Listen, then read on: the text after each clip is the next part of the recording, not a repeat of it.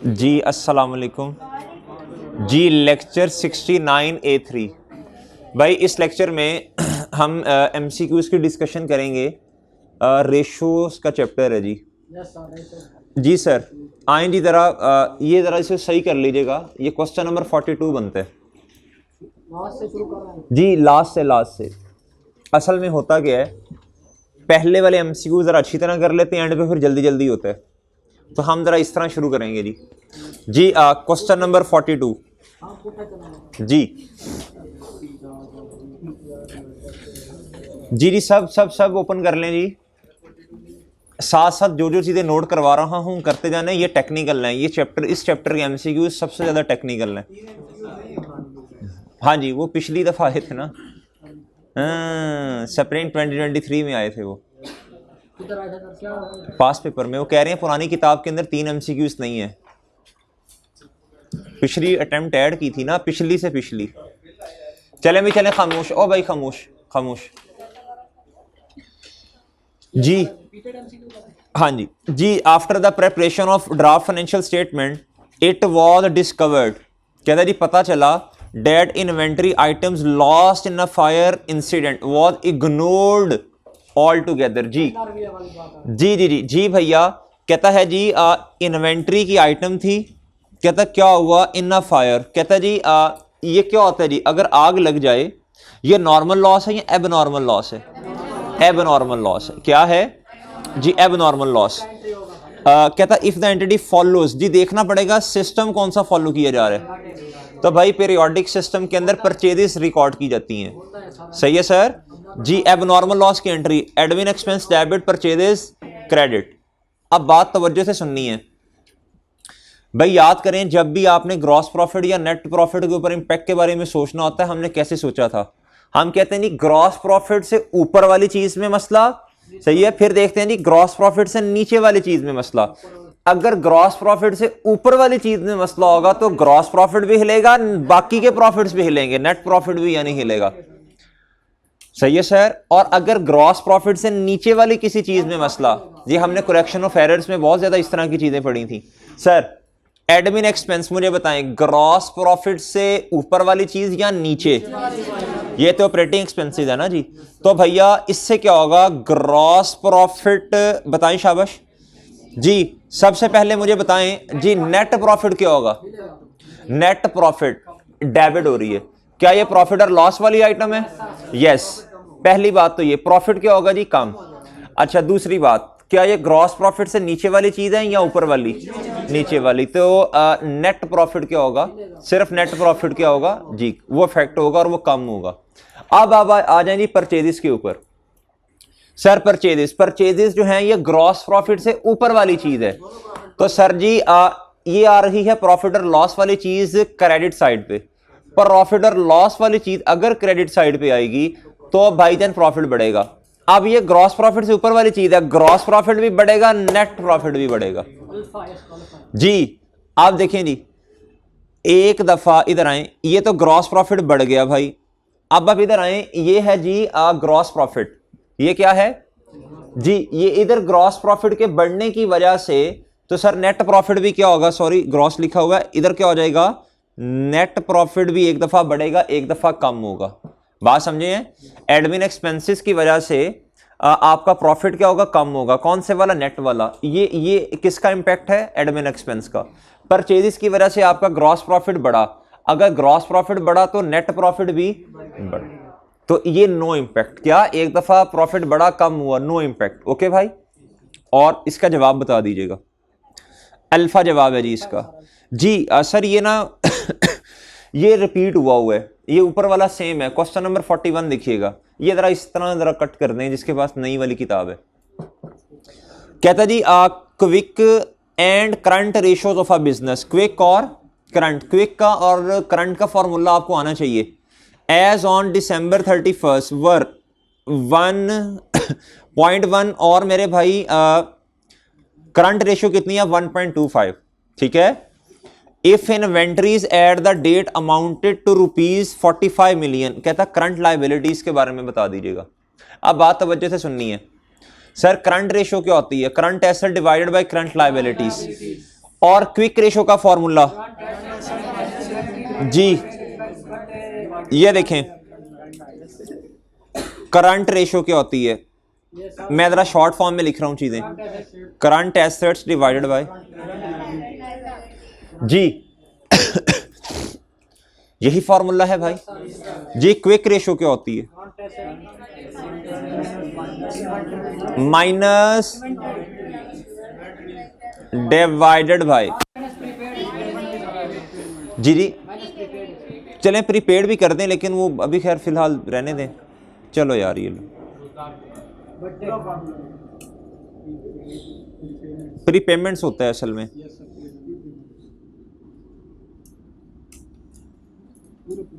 अच्छा जी, आप भाई बात सुनिएगा, इधर देखें, कहता जी इन्वेंट्रीज कितनी है, 45। कितनी है जी, 45 है जी इन्वेंट्रीज। अच्छा, अगर मैं आपसे ये पूछ लूं, बात सुनना जरा तवज्जो से सुनना, अगर मैं आपसे ये पूछूं कि भाई इन्वेंट्रीज का मुझे पता चला और वो किधर आ जाएंगी, एज्यूम करें ये नहीं है सवाल में जी, सबसे पहले तो आप मुझे ये बता दीजिएगा करंट एसेट्स माइनस इन्वेंट्री कितनी है क्वेश्चन में, बोलें, और ये करंट लायबिलिटीज।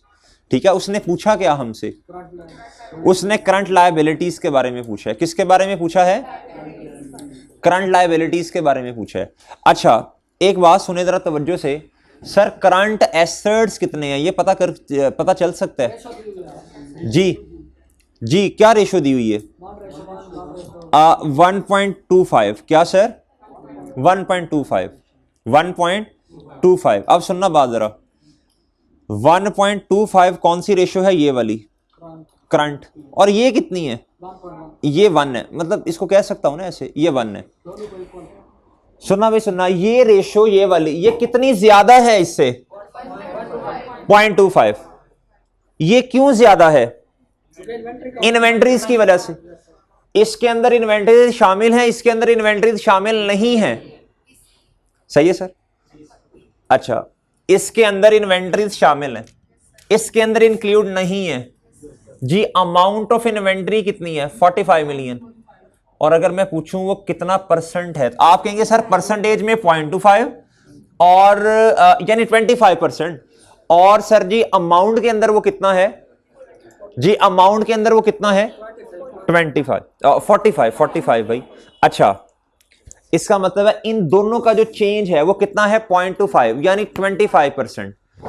ऐसे ही है भाई, ऐसे ही है। अच्छा, अब देखना मेरी बात, जब भी आपको कोई अमाउंट गिवन हो और आपको उसकी परसेंटेज का पता हो तो आप रिक्वायर्ड निकाल सकते हैं। ये आपने कॉस्टिंग में बहुत ज्यादा, आपने क्यूएम में शायद पढ़ा हो, कॉस्टिंग में तो बहुत ज्यादा पढ़ना है। इधर देखना, amount given in question, divide करें जी अमाउंट गिवन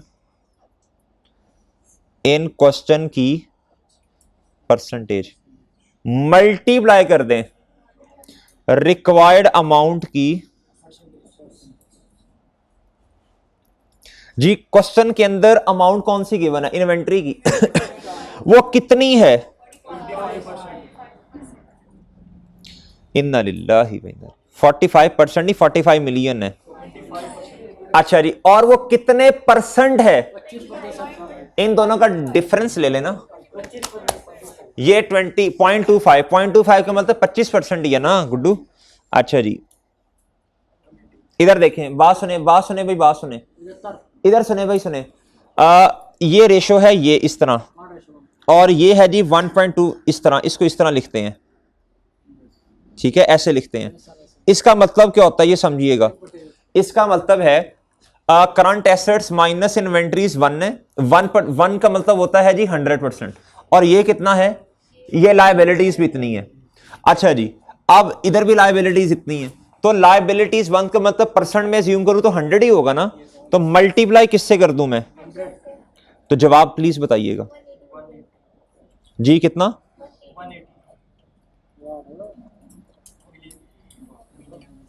ठीक है भाई। इसके और भी तरीके हैं कि इक्वेशन बना के सॉल्व कर लें, एक्स उसको एज्यूम करो भाई, एक्स उस हमें नहीं एज्यूम करना आता, ठीक है। सादा बात बस। इधर देखें, आपको जिस अमाउंट का पता है ना, अगर आपको ये पता, जो क्वेश्चन के अंदर अमाउंट गिवन हो, ठीक है, वो ऊपर रखें, उसकी परसेंटेज अगर मुझे पता चल जाए इतने परसेंट है तो रिक्वायर्ड से मल्टीप्लाई करूं, मेरा जवाब आ जाएगा। हर तरह की जो उनसे मर्जी रेशो दी हो, सही है, इसी तरह कंप्यूट कर दीजिएगा, सिंपल। वैसे एक्स एज्यूम करें, फलां करें, एक्स इससे इतना ज्यादा, इससे इतना कम, वो नहीं समझ आती बात। बस ये इस तरह करना है इस सवाल को, ठीक है सर? जी जी, कौन सा बच्चे? ये वाली रिक्वायर्ड। इधर देखें जरा, इस रेशो को पढ़ें, ये रेशो क्या कह रही है? Current ratio. इसका मतलब है 1.25 क्या है? एसेट्स। 1 क्या है? लायबिलिटीज। इसका मतलब है, अगर मैं खोल के बयान करूं, 125% एसेट है और 100% क्या है? लायबिलिटीज। ऐसे ही है, यानी 100, अगर अमाउंट्स में बात करूं तो 125 के एसेट हैं तो लायबिलिटीज कितनी है? 125 डिवाइडेड बाय 100 करें, देखें ये रेशो आती है? आएगी इंशाल्लाह, क्यों नहीं आएगी जी? आ गई है, आ गई है भाई। अच्छा, अब सुने भी बात गौर से। अगर मैं आपसे अमाउंट में पूछूं जी, अमाउंट में अगर मैं आपसे पूछना चाहूं, सॉरी परसेंटेज में पूछना चाहूं, ये 125 है और ये कितना है? 100 है, सही है जी। मैंने निकालना क्या है? 125 निकालना है या 100? मैंने एसेट्स नहीं निकालने, मैंने क्या निकालना है? लायबिलिटीज। तो भाई मुझे इन्वेंटरी की अमाउंट क्वेश्चन के अंदर गिवन थी, वो थी 45 मिलियन। वो कितनी थी? हमने क्या किया, हमने कहा जी अब वो कितने परसेंट पड़ी है, वो कैसे पता चला? मैंने कहा जी इस रेशो में और इसमें एसेट क्यों कम हुए हैं? इन्वेंटरीज की वजह से। वो कितनी बनती है? अगर परसेंटेज में बात करूं तो 25%। उसकी अमाउंट दी हुई थी, जो अमाउंट क्वेश्चन में गिवन है, हमने क्या किया, उसकी परसेंटेज से डिवाइड कर दिया और रिक्वायर्ड की परसेंटेज से क्या कर दिया? मल्टीप्लाई कर दिया। ठीक है, जवाब आ गया जी। ओके ओके भाई। अगर एसेट निकालने होते इस परसेंटेज को इस्तेमाल करते हुए, जी जी जी जी, क्वेश्चन दिखाते हैं आपको। एक मिनट रुक जाना बस। एक मिनट भाई, अगर हमें इन्वेंटरी की अमाउंट दी होती, ये 45 मिलियन है और इधर 25% पे पड़ी है, और एसेट्स हमें निकालने होते तो रिक्वायर्ड इधर कितना होता? 125 होता ना? कितना होता भाई? 125 होता। ठीक है भाई, बात समझ आई जी? तो जवाब प्लीज बताइएगा जी। ये चार्ली जवाब है जी, ये देख लें यार। गुड्डू देखो यार ये। ओके भाई। अच्छा जी जी, जिनके पास नहीं है वो इसकी ना पिक ले लें। इसकी ना पिक ले लें भाई, जिनके पास ये 2-3 एमसीक्यूज शायद नहीं होंगे पुरानी किताब के अंदर। जी जी सर, सोल्यूशन दे ये लें।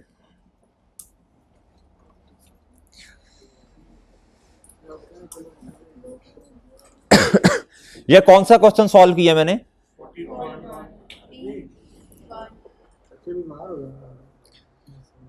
यार इसको बंद करवा दें, 26 पे चलवा दें फिर। अच्छा चलें चलें, बस यार बस, कमेंट्स ना किया करें किसी पे। अलीम नंबर साहब जाना जरा, इसे ना जरा स्लो कर दो। है कर दो 26 पे कर दो यार।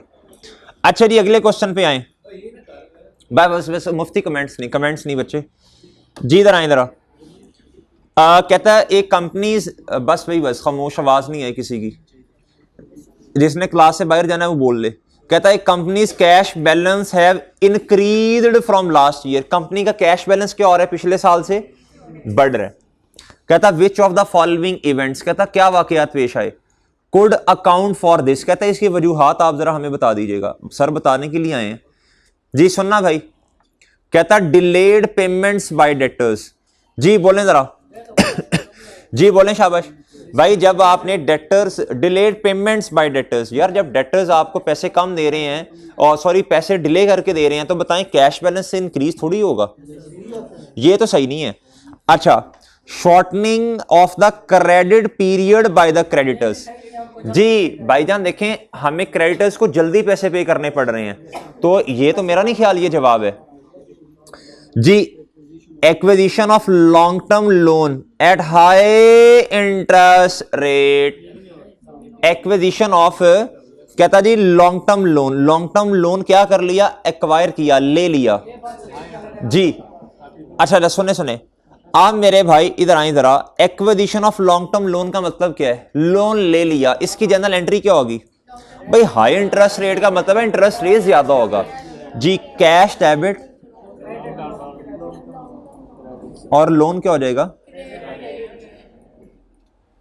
जी, आपका कैश बैलेंस बढ़ गया ना यार, सिंपल बात है। ये जो लफ्ज लिखा ना जो बुजदार भाई कह रहे हैं एट हाई इंटरेस्ट रेट, इसका मतलब क्या है, 12% पे लोन मिलना चाहिए था, आपको 15 पे मिल गया, तो उसमें तो कोई मसला नहीं है।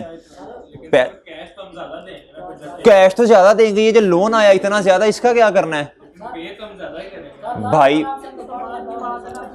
कहता a decrease in final dividend proposed by the directors जी, इसका डिक्रीज इन फाइनल डिविडेंड जी, फाइनल डिविडेंड क्या हो गया जी, डिक्रीज हो गया, पहले से क्या किया, कम दिया, प्रोपोज्ड बाय द डायरेक्टर्स। अभी मेरे भाई प्रोपोज किया है, क्या किया है, अभी दिया नहीं है, गुड्डू क्या हो गया, इसका जवाब है चार्ली। भाई इसके आगे लिखिए no cash, no cash in no cash out. इधर देखो मुफ्ती, इधर देखो मुफ्ती साहब, इधर देखें, बात सुनिए, अब गौर से आपस में डिस्कशंस ना करें। इधर देखें, आपने कैश आपका डेबिट हुआ, लोन क्रेडिट हुआ। भाई लोन जो आपको मिला, जितने पैसे मिले उतने का इंटरेस्ट थोड़ी होगा, इंटरेस्ट तो 10% 15% होगा ना। अगर लोन 500 मिलियन का आपके पास आया तो इंटरेस्ट तो भाई इसका 10-15% ही होगा ना। हाँ जी जी, सारा पढ़ना है, पेपर के अंदर इस तरह नहीं होता जी। आगे आए, इसका सी जवाब है, और मैं जो जो चीजें लिखवाता जा रहा हूं इस चैप्टर में लिखते जाएं। इधर लिखिए नो कैश इन स्लैश, मुझे पता था इसमें फंसना है आपने, no cash in slash out. आगे भाई 39 बुक पे जिधर एमसीक्यूज हैं उधर लिखना है भाई। क्वेश्चन 39 हुरैरा, इधर देखो बच्चे, बेटा इधर देखो, कहता है which two of the following would improve gearing ratio of a company. भाई गेयरिंग रेशियो इंप्रूव होने का मतलब क्या है, गेयरिंग रेशियो, ये जो परसेंट आती है ना रेशियो, ये कम होना, परसेंटेज का कम होना। लिख लें उर्दू में, सबसे पहले लिखें, नहीं सबसे पहले लिखें इंप्रूव गेयरिंग रेशियो का मतलब जी, रेशियो का जवाब कम में आना। इंप्रूव का मतलब है पहले गेयरिंग रेशियो 40 थी, अब कम होके 30 होगी या 40 से कम होगी, सादा बात। ओके भाई, अच्छा अब मुझे फॉर्मूला बताएं इसका, long term loan divided by long term loan plus equity.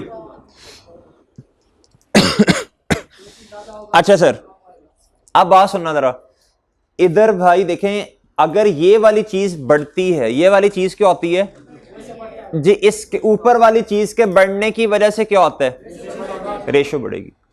अच्छा जी, नीचे वाली चीज के कम होने की वजह से, अच्छा हमने जवाब क्या देना है, हमने तो जवाब देना कि रेशो कम हो, कम कब होगी भाई, जब ऊपर वाला कम हो और नीचे वाला क्या हो, ज्यादा हो।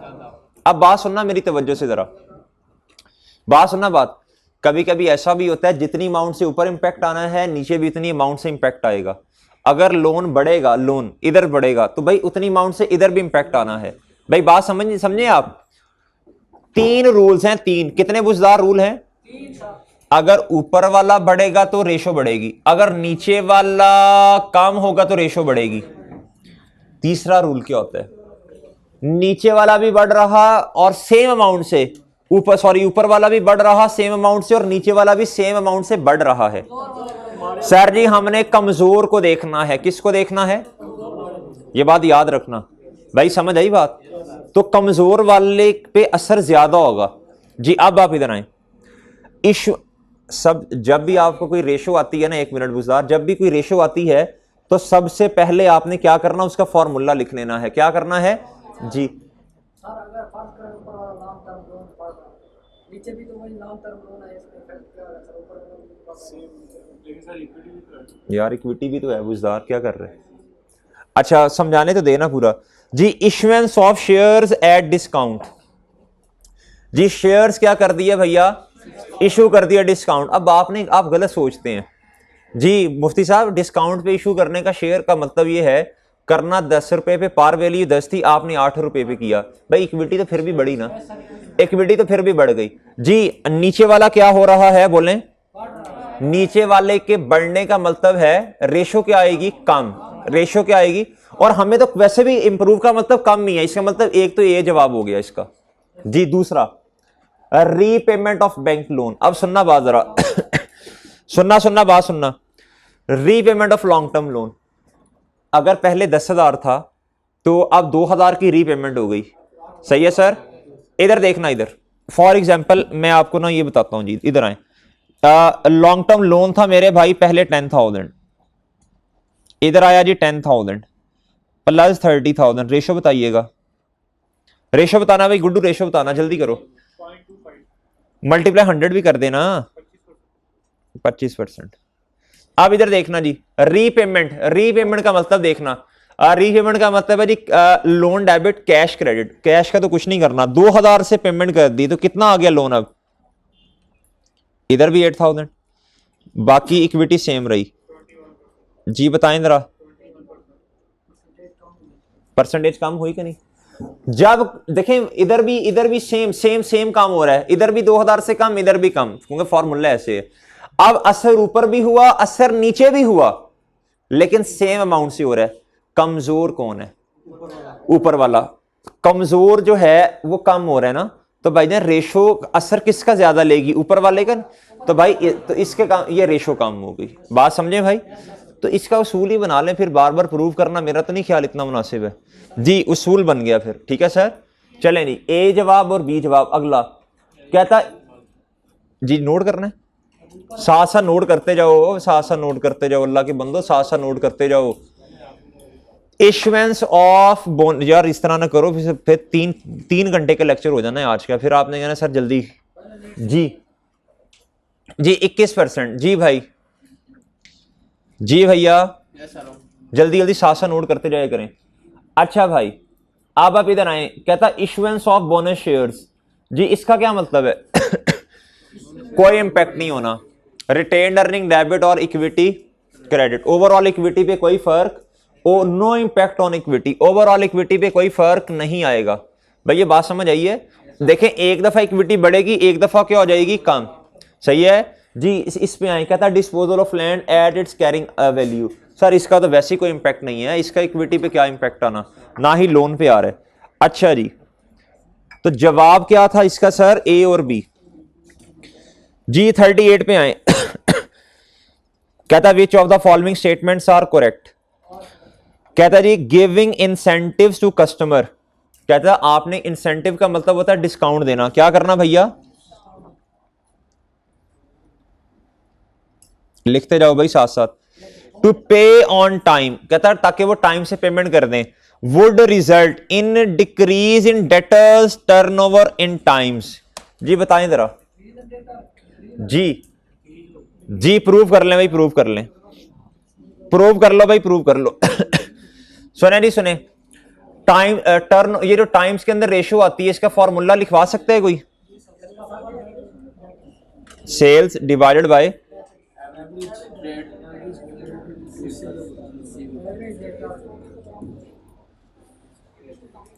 जी, सुनना जी, सुनना जी, सुनिएगा जी, सुनिएगा। अच्छा जी, इधर है जी डेटर्स। जब आपने क्या किया, कस्टमर जो हैं आपने उन्हें डिस्काउंट दे दिया, क्या कर दिया भैया?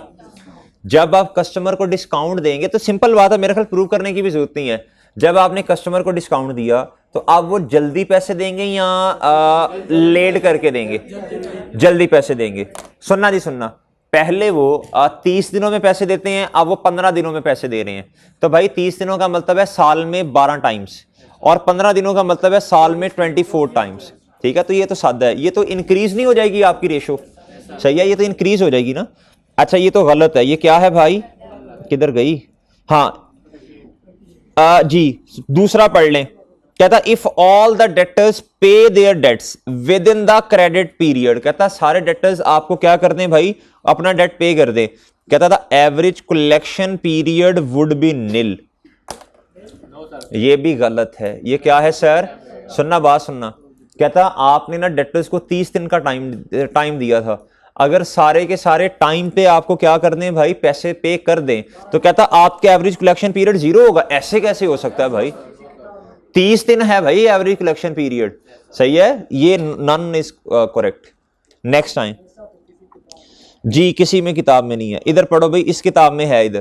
क्वेश्चन नंबर 37 पे आओ, चले नहीं चले। कहता if the existing current ratio से बात पढ़नी है। इफ द एग्जिस्टिंग इस टाइम जो current ratio of a company is more than 1, कहता जी कितनी है, एक से ज्यादा, यानी इधर देखें मैं ज्यूम कर लूं 1.25 होगी। कहता what would be the impact of credit purchase of inventory on the current ratio. जी भाई इसकी एंट्री बता दीजिएगा, ये जो आपने क्रेडिट परचेज की है, लायबिलिटी बढ़ेगी गुड्डू जी, एंट्री क्या होगी जी, परचेजेस डेबिट, और भाई सॉरी क्रेडिटर क्या हो जाएगा,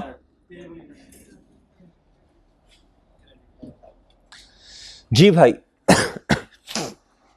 जी सर। कहता जी आपकी रेशो इस टाइम क्या है, 1 से ज्यादा है, क्या है जी, मैंने एज्यूम का किया, मैंने 1.25 और ये कर ली, यानी मैंने कहा आपके इस टाइम जो है एसेट्स कितने हैं, 125 हैं, रुपीस कितने 120, और लायबिलिटीज जी 100, सही है सर। मैंने कहा आपका क्या जी, आपने क्या किया, अब आपकी लायबिलिटी क्या हो रही है, बढ़ रही है, सही है। मैंने कहा 10 रुपए से बढ़ गई, तो देखें जी आपकी अब रेशो क्या हो गई 1.14 जी भाई, वो आपका परपेचुअल सिस्टम में होता है, आपने हमेशा परचेजेस डेबिट और क्रेडिटर क्रेडिट वाली परचेजेस पीरियोडिक सिस्टम को फॉलो करना है जी। ना भी बताया हो तो मैं तो बता रहा हूं ना, हमेशा आपने पीरियोडिक सिस्टम फॉलो करना है जी भाई। अब देखें जी 125 रुपीज 125, अब आपकी लायबिलिटी बढ़ रही है, सही है, बहुत सिंपल सी बात है। रेशो 1 से तो क्या कहते हैं, एग्जिस्टिंग से तो क्या होगी भाई, कम होगी, लेकिन 1 से ज्यादा ही रहेगी। 1 से ज्यादा क्यों रहेगी भाई, आपकी ये वाली चीज क्या है, वो ऑलरेडी 1 है, क्या है वो 1 है, क्या है यानी 100 है। इससे जब बढ़ेगी 110 पे आएगी तो रेशो क्या हो जाएगी सर 1.14, एग्जिस्टिंग से कम हुई लेकिन 1 से ज्यादा ही रहनी है, ठीक है। और भाई सही है जी, इधर देखें, दोबारा देख लें यार, आपकी एग्जिस्टिंग रेशो इस टाइम क्या है, 1 से ज्यादा है, कितनी है जी 1 से ज्यादा, यानी मैं अगर एज्यूम कर लूं 1.25 और 1, यानी एसेट्स कितने हैं 1.25 है, और लायबिलिटीज कितनी है जी, लायबिलिटीज 1 है, लायबिलिटीज कितनी है 1, यानी 100 और ये कितना 125 जब आपकी लायबिलिटी बढ़ेगी, जब आपकी लायबिलिटी क्या है बढ़ेगी, तो भैया ये 1 से ज्यादा हो जाएगी ना, फिर ये 1 से ज्यादा होगी, इसका मतलब है 1 से रेशो तो कम नहीं हो सकती। लेकिन एक बात समझ लें, हमने रेशियो अज्यूम की है 1.25, लेकिन ओवरऑल इसका इंपैक्ट क्या आएगा, 1.25 से करंट रेशो कम हो जाएगी, लेकिन 1 से कम नहीं हो सकती। रीजन क्या भाई, अब आपकी लायबिलिटी बढ़ रही है, लायबिलिटी क्या हो रही है, बढ़ रही है। भाई बात समझे, जो सी मर्जी दुनिया की एग्जांपल रख लें आप, हाँ वो तो सिनेरियो डिफरेंट हो गया ना, फिर वो तो सिनेरियो डिफरेंट कर दिया आपने, सही है, वो तो सिनेरियो डिफरेंट हो गया कि सर ये कम है ये ज्यादा है, फिर तो बात ही और है, ठीक है। अच्छा जी, तो इसका जवाब क्या हुआ, फिर ये नोट कर लें भाई, ये नोट करें, ये बाद में आपको काम आनी है चीजें जी, ये बाद में आपने प्रूव करने बैठना है, फिर आपसे होना नहीं है, ये अभी साथ साथ ये चीजें नोट करें, साथ साथ चीजें नोट करें, फिर जब रिकॉल करेंगे तो इंशाल्लाह कुछ ना कुछ जहन में आ ही जाएगा।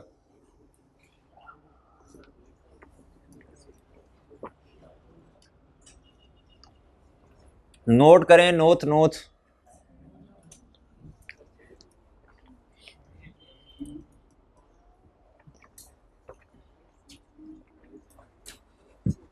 जी, इतना कोई खत तो है नहीं जो इतनी देर हो गई है नोट करते हुए।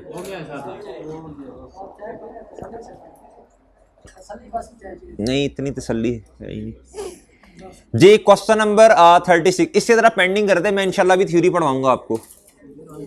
36 को पेंडिंग कर देनी, नहीं बोलने का तो नहीं मैंने कहा, बोलने का नहीं कहा मैंने, कहा पेंडिंग कर दे।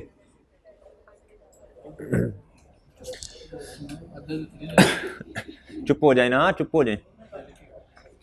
क्वेश्चन नंबर 35 कहता है which two of the following factors, कहता कौन से दो फैक्टर्स हैं would cause company's gross profit margin on sales to be above the expected level. कहता कौन सी दो चीजें ऐसी हैं जिसकी वजह से ग्रॉस प्रॉफिट क्या हो जाए भैया, बढ़ जाए। जी अब ग्रॉस प्रॉफिट आता कैसे है पता है आपको? सर जी आज sales less cost of sale. अब याद कर लें कॉस्ट ऑफ सेल में क्या क्या चीजें आती हैं। सर सुनिएगा बात जी सुने जी, सुने बात सुने। कहता जी over statement of closing inventory. जी बताएं जब क्लोजिंग इन्वेंट्री आपकी ज्यादा होगी ओवर स्टेटमेंट, तो आपका ग्रॉस प्रॉफिट क्या होगा? ग्रॉस प्रॉफिट क्या होगा? जी क्लोजिंग स्टॉक का डायरेक्ट रिलेशन है किसके साथ? शाबाश, ना लड़ो भाई ना लड़ो। क्या आप दोनों की रेसलिंग करा दूं बाहर हैं? अच्छा जी अगला question, sorry B B B requirement, B MCQs. कहता sales were higher than expected. अब मेरी बात सुनना, एक पूरी फाइनेंशियल अकाउंटिंग के अंदर एक अजम्पशन है, जब भी आपकी सेल बड़ी होगी ज्यादा होगी तो आपने देखें सेल दो वजूहात की वजह से बढ़ती है, एक वॉल्यूम की वजह से, एक सेल प्राइस की वजह। तो आपने कौन सी अजम्पशन लेनी है? और सेल प्राइस नहीं मरे, वॉल्यूम वॉल्यूम। ठीक है, आप में से कौन कौन सा बच्चा कॉस्ट पढ़ रहा है? जी बताएं जी कौन सी अजम्पशन लेनी चाहिए इधर? चले छोटे छोटे नहीं पढ़ रहे आप बच्चे, उसमें तो इतनी ज्यादा इस्तेमाल करते होंगे रेशोदा। अभी नहीं पढ़ा? ओए मरे, अभी सिलेबस खत्म हो गया है, अभी नहीं पढ़ा। ये तो कॉस्ट की बात है, कॉस्ट एंड मैनेजमेंट की। भाईजान बात सुने, बात आपने सीवीपी का चैप्टर पढ़ लिया है? कट्टा पड़े क्या होता है आपको नहीं पता, वैसे इनसे हल्का सा जरा चिट चैट कर रहा हूँ भाई। आप हमेशा अजम्पशन लेते हैं जब भी आपकी कॉस्ट बढ़े, जब भी आपकी सेल बढ़ेगी, सेल वॉल्यूम की वजह से बढ़ रही है ना कि सेल प्राइस की वजह से। जब वॉल्यूम ज्यादा होगा, ये समझो यार समझो, पेपर आने वाले हैं, ना कोई ये आता है ना तुम्हें कोई और सब्जेक्ट आता है। चुप भाई खामोश, वो जो पढ़ रहा है मुझे पता है। इधर आओ भाई, इधर आओ, इधर आए भाई, इधर आए। ओ इधर देख लें, इधर देखें कि खुदा का खौफ करें। ये है जी सेल्स आपकी, क्या है? ये है जी लेस कॉस्ट ऑफ सेल। ये आ गया जी ग्रॉस प्रॉफिट। जी मेरे भाई मैं अज्यूम कर रहा हूं कि ओपनिंग क्लोजिंग स्टॉक नहीं है सवाल में। क्या अज्यूम कर रहा हूं जी? ओपनिंग क्लोजिंग स्टॉक नहीं है, सही है। अच्छा सेल आपने की जी ₹10 मल्टीप्लाई बाय यूनिट्स हैं जी 10। जी सेल कितनी है जी? Cost of sale. मैं अज्यूम कर रहा हूं ओपनिंग क्लोजिंग नहीं है, कैरिज इन भी नहीं है, सही है, सिर्फ परचेज ही नहीं है। अच्छा लाइक विद लाइक चलते हैं, हमेशा याद रखिएगा, मैचिंग कॉन्सेप्ट अप्लाई करते हैं। जितने यूनिट का एक्सपेंस किताबों में रिकॉर्ड किया उतने की ही इनकम, या जितने की इनकम उतने का ही एक्सपेंस। जी रुपीज है जी 7 कितना, और आपने यूनिट्स कितने प्रोड्यूस किए, और सॉरी कितने यूनिट्स की कॉस्ट लेनी है, इतने की। कितना आ गया? ग्रॉस प्रॉफिट कितने? अब सुनना बात जरा, अब आपकी सेल्स बढ़ गई है, क्या हो गया जी? ₹10, प्राइस नहीं, आपका वॉल्यूम बढ़ा जी, मल्टीप्लाई बाय 12 यूनिट से कर दीजिएगा। ₹1। अच्छा जी cost of sale ₹7 multiply by, जी बोलें रुपीस कितना, जवाब बताएं। अच्छा जी अब बात सुनना जरा, बढ़ गया बढ़ गया। ये देखें ये कितने परसेंट है सेल का? 30%। और ये बताएं।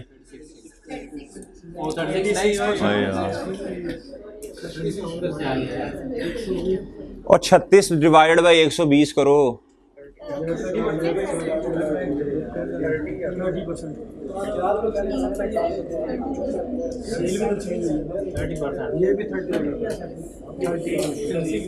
सही है, आपका ग्रॉस प्रॉफिट पे कोई चेंज नहीं है, जितने से सेल बढ़ी उतने परसेंट से ही क्या बढ़ गया? बात समझे हैं भाई? और अक्ल के अंधों की लॉजिकली भी कभी बातों को समझा करो। ये इसको करो नोट, जल्दी करो, शाबाश।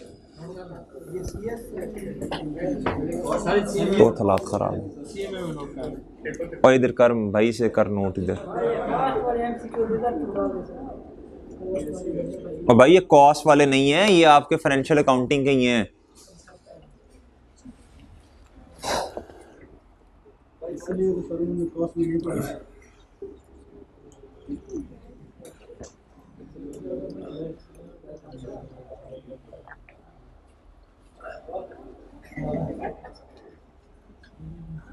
भाई जल्दी करें, जल्दी, जब तक एमसीक्यू खत्म नहीं होंगे मैंने कोई नहीं क्लास छोड़नी, पहले बता रहा हूं।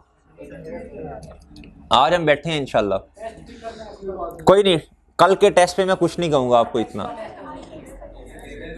आज चले, जो बच्चे जाना चाहें वो जा सकते हैं, और जिन बच्चों की जो टेक्स्ट नहीं पढ़ रहे तो उनको मैं चपेड़े ही मारूंगा अगर वो गए। मुझे पता है कौन कौन पढ़ रहे हैं। चले नहीं चले, मैं आगे जा रहा हूं जी। जी आगे आए जी। इसका मतलब है जी affects both sale and cost of sale. भाई इसको नोट कर लें, इधर लिखें साथ ये बातें। मैं आपको बार बार बता रहा हूँ, रेशोज के एमसीक्यूज बहुत इंपॉर्टेंट हैं। तो पेपर में बैठ के ना ये होते कोई नहीं है जल्दी, इसलिए इस पे टाइम लगाओ, मेहनत करो। अगर 2-3 भी आगे, 2 भी आगे, 1-2 नंबर का हुआ और 1-1 नंबर का हुआ तो 3 नंबर तो पक्के हो गए हैं। और ये आपका दिमाग खोल रहे हैं, क्या कर रहे हैं, अंग्रेजी लिखने में भी क्या करते हैं, आपको हेल्प करेंगे, और जब फॉर्मूलाज लिखेंगे तब भी आपको क्या करेंगे, हेल्प करेंगे जी। सी पे आ जाए भाई, खामोश खामोश, इररिलेवेंट बातें ना किया करें जी, खामोश। Inclusion of disposal proceeds of non current assets in sales. अब मेरी बात सुने तवज्जो से, बहुत तवज्जो से बात कहता है, inclusion of disposal proceeds of non current assets in sales जी। इसके अब मेरी बात सुनना ये एंट्री क्या हुई है गलती से, बात सुने भाई। कहता ये जो सेल प्रोसीड्स है आपने इसको सेल समझ लिया, आपने क्या कर दिया, आपने कैश डेबिट किया और क्या किया जी। इस वजह से क्या होगा, आपकी सेल्स बढ़ेगी। जब आपकी ये जीपी से ऊपर वाली चीज है, जब ये बढ़ी, इसमें अब देखें मेरी बात सुने, अब कॉस्ट ऑफ सेल पे कोई इंपैक्ट नहीं आया, सही है ना। ये सेल प्रोसीड्स को उसने क्या सेल्स के अंदर रिकॉर्ड कर लिया और मैचिंग कॉन्सेप्ट की वायलेशन क्या कर दी है भैया, वायलेशन कर दी है। अच्छा जी, गलती कर दी ना, करेक्शन ऑफ एरर्स में यही तो पढ़ा था। इसका मतलब है ये वाला और ये वाला 2 अभी तक सही है। आखिरी कहता है डिक्रीज इन कैरिज। कैरिज का मतलब एक्सपेंस होता है। अब देखना पड़ेगा कैरिज इन है कि कैरिज आउट है। कौन से वाली कैरिज जीपी से ऊपर आती है, कैरिज इन। और कैरिज इन की वजह से क्या होता है, हमारी कॉस्ट ऑफ सेल बढ़ती है, जीपी क्या होता है, कम होता है। अच्छा जी, इसने तो खैर अबव का कहा हुआ था, लेकिन पढ़ लिखा था borne by the company on good send to customer. ये तो कैरिज आउट है, ये तो खैर आना ही नहीं है, ये तो नेट प्रॉफिट को कम करेगी। ये तो इधर लिखें कैरिज आउट। पेपर के अंदर ना बात सुने, इधर देखें, पेपर के अंदर चीजें अजीब अजीब सी नजर आ रही होती हैं, इसको कैरिज इन पढ़ लेना आपने। डिक्रीज इन कैरिज को आप कैरिज इन पढ़ेंगे जी। तो बहुत तवज्जो से बातों को पढ़ना पड़ेगा। पेपर के अंदर मेरे भाई आपने सबसे पहले एमसीक्यू सॉल्व करने हैं। सबसे पहले जो आपको 15 मिनट दिए जाएंगे इंशाल्लाह एमसीक्यू सॉल्व कर लेंगे उसमें, अल्लाह ने चाहा तो जी। आगे आए जी, इंशाल्लाह दुआएं बहुत हैं जी। अच्छा भाई, साथ पढ़ना भी आपने, विच of the following would increase gearing ratio. कहता कौन सी चीज ऐसी है जिससे गेयरिंग रेशो इंक्रीज होती है। अच्छा फॉर्मूला बता दीजिएगा अभी आपको समझा के आया हूं। कहता issuance of shares at premium. भाईजान increase would increase gearing ratio. अब बढ़ने की बात पूछ रहा है, अब क्या पूछ रहा है, अच्छा बढ़ेगी कब भैया, जब ये बढ़ेगा और ये क्या होगा। इस तरह की निशानियां निशानियां आपने पेपर में लगा लेनी है। जुबानी सोचेंगे ना तो यकीन करें 10 मिनट भी सोचते रहेंगे तो समझ नहीं आएगी। अच्छा जी भाई बात सुनिएगा, इसकी वजह से तो आपकी इक्विटी बढ़ रही है, इक्विटी बढ़ेगी तो बोले शाबाश, गेयरिंग रेशो कम हो जाएगी, ये तो जवाब गलत है। Issuance of share at discount, उसका सवाल ये नहीं है कि डिस्काउंट पे शेयर इशू करेंगे तो बताएं इक्विटी ज्यादा बढ़ेगी, या प्रीमियम पे शेयर सॉरी प्रीमियम पे इशू करेंगे तो ज्यादा इक्विटी बढ़ेगी। वो तो सिर्फ इक्विटी के बढ़ने की बात कर रहे हैं, इस वजह से भी इक्विटी क्या होगी, बढ़ जाएगी। अगर इक्विटी बढ़ेगी तो रेशो कम होगी। इशुएंस ऑफ बोनस शेयर, इसकी एंट्री क्या होती है, रिटेन अर्निंग, डेबिट और equity, no impact, no impact. आपको यकीन नहीं आ रहा, ये देखें, सुनो सुनो भाई सुनो, लॉन्ग टर्म लोन है जी 8,000 रुपए का,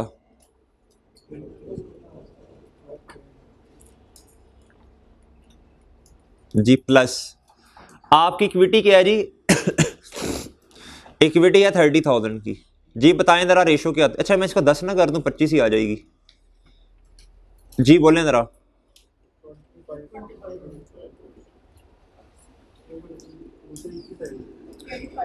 ठीक है जी। अच्छा आप देखिएगा जरा, मैं बोनस शेयर इशू करने की एंट्री क्या करने लगा हूं जी, जो आज तक करते आए हैं, मैं कौन सा अपनी तरफ से एंट्रियां करता हूं भाई।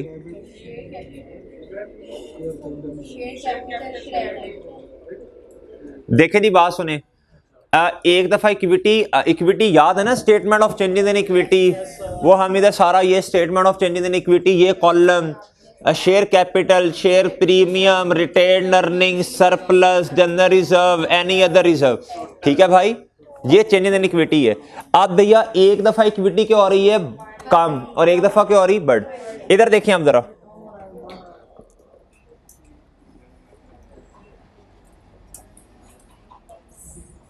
ये 30,000 भाई, एक दफा फॉर एग्जांपल 2,000 को बढ़ाएं, एक दफा कम करें भाई, इसका कोई इंपैक्ट है, ये 25 का 25% ही जवाब आ जाना है जी। Declaration and payment, declaration and payment of cash dividend जी, एंट्री बता दीजिएगा, रिटेन अर्निंग, डेबिट और कैश। अब बताइएगा ये रेशो कब बढ़ेगी, बताएं, जब इक्विटी क्या होगी तो रिटेन अर्निंग, जब डेबिट होगी तो इक्विटी, सिंपल सी बात है, कम। भाई कुछ समझ आ रहा है, देख लें जरा थोड़ा सा जी। अच्छा जी, जवाब डी है जी इसका, डेल्टा। बहुत अच्छा चैप्टर है, सही जरा ना जी। क्वेश्चन नंबर 33 कहता है एक company has current ratio and quick ratio, current ratio 2 है, कितनी है 2, यानी इसका मतलब है इसका मतलब क्या होता है, assets are 2 times above than liabilities जी, 2 टाइम्स है एसेट्स लायबिलिटीज का। क्विक रेशो कितनी है, अच्छा मेरी बात सुने, ये क्यों कम हो रही है इतनी, इन्वेंट्री की वजह से। अच्छा अगर कुछ नहीं बताया था, नॉर्मल असम्पशन इन्वेंट्री लेनी है, प्री पेमेंट नहीं अंदर आना जब तक खुद नहीं कहता। कहता if the company uses its positive cash balance to pay a creditor it will जी, बताएं जरा, इधर देखें भाई, कहता जी अगर आपने क्या किया, क्रेडिटर को पेमेंट कर दिया तो एंट्री क्या होगी, क्रेडिटर डेबिट कैश क्रेडिट। जो बच्चा जुबानी इसको सॉल्व करने की कोशिश करेगा, मेरा नहीं ख्याल कि वो कर सकेगा, थोड़ा सोचें जरा। इस टाइम मेरे भाई आपकी करंट रेशो क्या है, ये जल्दी जल्दी सॉल्व इंशाल्लाह हो जाएगा, जो 15 मिनट होंगे उसके अंदर ही सॉल्व कर लेंगे हम। ये है जी 2 टाइम्स का मतलब है एसेट्स अगर 200 के हैं तो लायबिलिटीज इतने की हैं, बात समझ आई। ये कम हो रही है जी, ये 0.8 का मतलब 80 और इधर कितना है जी 100, 1 का मतलब 100, ये आ गया। अच्छा अब सुने जी तवज्जो से बात जरा, ये समझ आइए आपको क्या हो रहा है। अच्छा अब ना आपने क्या करना है, अब आपने ना 20 रुपए की पेमेंट कर दें, ये एग्जिस्टिंग है, ये क्या है एग्जिस्टिंग।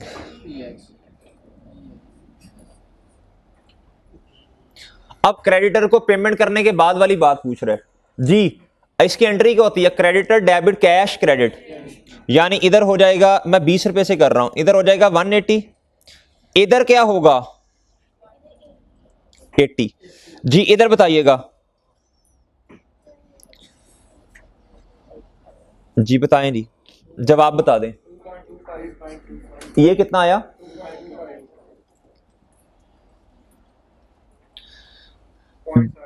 जी ये तो ये आ गई ना, बस छोड़ें इसको जो जी। हाँ वो रूल भी है इधर, क्या है 0 पॉइंट। जी भाई बताएं जी, करंट रेशो क्या हो गई है, बढ़ गई है। और भाई क्विक रेशो क्या हो गई है, क्विक रेशो का एक और नाम, तो जवाब बता दीजिएगा। अच्छा भाई इसको कितना का टाइम लगा, ये फॉर्मूला आपने तो इतनी खूबसूरतियों से नहीं ना लिखना, मैं तो आपको समझाने के लिए लिख रहा हूं। तो ये तो आपने डायरेक्ट ये करना, 2 का मतलब 2 गुना है, 2 टाइम्स ज्यादा है लाइव, कुछ भी नंबर एज्यूम कर लें, मैं तो 100 से एज्यूम करता हूं तो ज्यादा आसानी होती है जी। नोट कर लें जी सब, इसके सोल्यूशन को नोट कर लें आप। ये क्वेश्चन कौन सा है भाई, माशाल्लाह 33 पे पहुंच गए हैं। ये वाले थोड़े से टेक्निकल, आगे आसान ही आने हैं।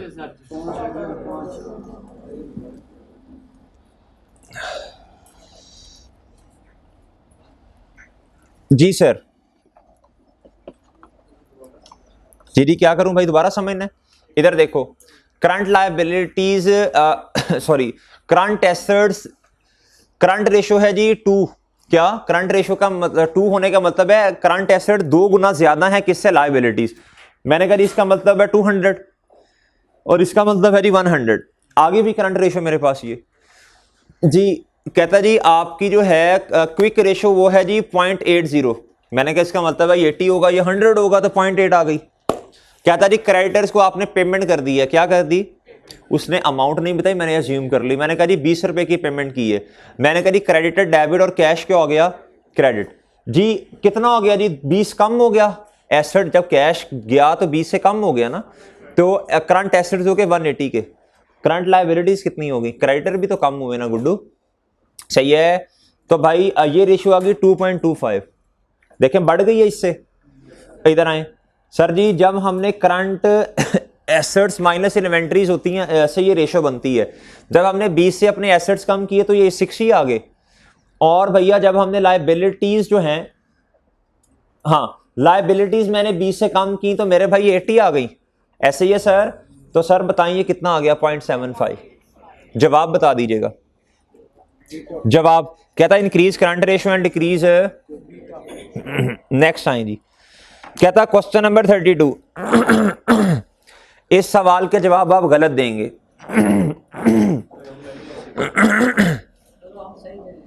कहता which of the following companies is most likely to face cash flow problems. कहता ये तो भाई इधर इसलिए टिक लगा हुआ ना, इसलिए तुमने बता दी। लॉजिक समझा इसकी किस तरह डी है, ये मैं रेस कर देता हूँ सारे ही, ऐसे नहीं तुमने बंदे बनना। लॉजिक बता इसकी।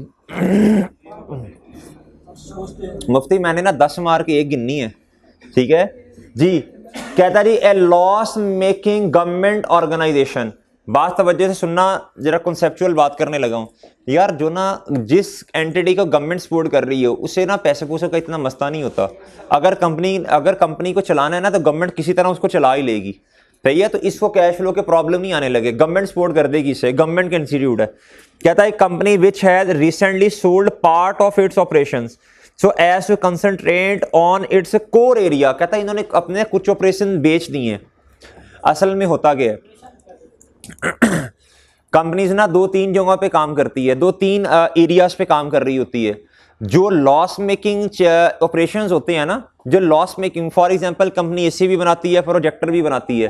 कंपनी कहती है प्रोजेक्टर बनाने पे ना कोई नहीं, लॉस ही आ रहा है, कंपनी ने ये ऑपरेशंस बंद कर दिए, सही है। अब जब कंपनी ऑपरेशंस बंद करेगी तो भाई तो पैसों का मसला नहीं बल्कि पैसे आए। और अब आपने कोरली सिर्फ किसके ऊपर फोकस करना है, एसीओ को बनाने में, ये तो अच्छी बात होगी बल्कि, ठीक है, पैसे तो आए आपको। अच्छा ये पढ़ें, कहता है रीजनेबली प्रॉफिटेबल एंड, कहता है प्रॉफिटेबल एंटिटी है। एक बात सुनना, हर प्रॉफिटेबल एंटिटी जो होती है इसका मतलब ये नहीं होता कि उनके पास कैश बहुत ज्यादा पड़ा हुआ है। प्रॉफिट कुछ और चीज है, कैश कुछ और चीज है। कहता है and long term establish company with no expansion plans. अब सुनना, कहता है कंपनी ऐसी है वो पुरानी चलती आ रही है लेकिन उनका ना प्रॉफिट भी हो रहे हैं उन्हें, कहता है लेकिन एक्सपैंड करने का कोई इरादा नहीं है। तो कोई नहीं, कंपनी की मर्जी एक्सपैंड करे या ना करे, सही है। पुरानी कंपनी है, प्रॉफिटेबल है, इसका मतलब है कोई नहीं, वो कहीं ना किसी तरह प्रॉफिटेबल अपने कैश फ्लोज को मैनेज कर ही लेगी। अगली बात सुनना जो खतरे वाली बात है, ए प्रॉफिटेबल रिटेलर, कहता है कि रिटेलर है, कहता है जी प्रॉफिटेबल, कहता प्रॉफिट हो रहे हैं about to embark on ambitious expansion plan, छोटा मोटा नहीं, बहुत जज्बा है उसमें कि भाई मैं तो क्या कहते हैं अच्छी खासी इन्वेस्टमेंट करने लगा हूं। सर जी हवा में उड़ रहा है, क्या कर रहा है, छलांगे ज्यादा मार रहा है भाई। कहता जी देखें जब आप एक्सपेंशन प्लान्स करेंगे ना अच्छे खासे पैसे की जरूरत है, सही है, और लॉन्ग टर्म भी नहीं है, इनको सपोर्ट भी नहीं है किसी की। कहता इनको कैश फ्लोज के मसले आने हैं, जब आपने एक्सपेंशन करनी है तो ऐसे जादू से पैसे नहीं आने, ना दरख्तों पे लगे होंगे, ना ही ऊपर से किसी फरिश्ते ने आके देने हैं। कहता इन्वेस्टमेंट कहां से, और रिटेलर है बेचारा यार, सही है। तो सर ये डी इसका डेल्टा जवाब है जी। ठीक है बुज़ार साहब। क्वेश्चन नंबर 31 कहता जी a debtor turnover of 6 time means, भाई ये आसान है, ये तो बहुत आसान है भाई। अगर डेटर जो है वो 6 दफा पैसे देता है, टर्नओवर ऑफ 6 टाइम, इसका मतलब क्या है जी, देखें जरा। कहता है average debtors are collected in 2 महीने। बड़ी भी मुश्किल की बात बताई, सिंपल बात है यार ये तो, ठीक है भाई। अगर डेटर्स जो है वो 6 दफा पैसे दे देता, टर्नओवर टाइम्स का मतलब क्या होता है, टाइम्स वाली रेशो का मतलब क्या होता है, डेटर कितने दिनों के बाद पैसे देता है। तो साल में 12 महीने 6 दफा देगा तो 2 महीनों के बाद ही दे रहा होगा ना जी। Knight limited has a current ratio of 1.8 जी। 1.8 का मतलब बताएं जी। एसेट्स 1.8 टाइम्स ज्यादा हैं, यानी अगर मैं रुपीस में करूं तो 180 कह दूं और लायबिलिटीज को 100 कह दूं। कहता दिस रेशियो विल इंक्रीज, ये रेशियो इंक्रीज होगी इफ नाइट लिमिटेड, अगर नाइट लिमिटेड बढ़ती कैसे है, करंट एसेट ज्यादा हो जाए या लायबिलिटीज क्या हो जाए कम, बढ़ने की बात कर रहा है। जिसकी बात कर रहा है उसके पॉइंट ऑफ व्यू से सोचो। कहता है receive cash in respect of a short term loan, भाईजान लोन कम हो जाएगा और भाई रिसीव कैश, सॉरी कैश बढ़ जाएगा और लोन भी क्या हो जाएगा जी। तो इससे रेशो क्या बढ़ेगी थोड़ी, रेशो इधर देखो जी। जी कमजोर वाले के हिसाब से देखना है, तो भाई कमजोर क्या है, इधर लायबिलिटी कमजोर है। तो इधर देख लें भाई, देख लें इधर देखें जी। जब आपको कैश रिसीव होगा आप एंट्री क्या करेंगे, आप कहेंगे जी कैश डेबिट और लोन क्या हो जाएगा, और सॉरी शॉर्ट टर्म है ना भाई, तो शॉर्ट टर्म लोन क्या हो जाएगा, क्रेडिट हो जाएगा। ऊपर वाला बढ़ रहा और नीचे वाला भी बढ़ रहा है, किसके पॉइंट ऑफ व्यू से सोचना है, कमजोर क्या है, दिस इज कमजोर, ये क्या है।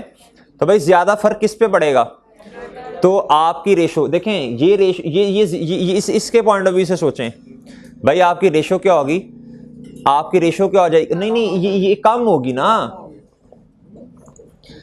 पहले था जी ₹180, अब क्या है रुपीस, सॉरी ये है 100, रेशो आ गई इतनी जी। अब मैं 20 रुपए का इजाफा करने लगा हूं दोनों में, ये एग्जिस्टिंग है, ये क्या है जी सर, ₹200 कर दें, कैश बढ़ गया ना 20 रुपए से, और इधर कितना कर दें, लोन शॉर्ट टर्म भी बढ़ गया। बताओ रेशो, नहीं मानते बात जी बच्चे, बताओ 1.67 सही है। तो बताएं रेशो तो कम होगी ना जी, ठीक है। यस सर, नोट करो इसे, नोट करो इसे, नोट। अहमद भाई यार माइक ला दें, गला सूख रहा है।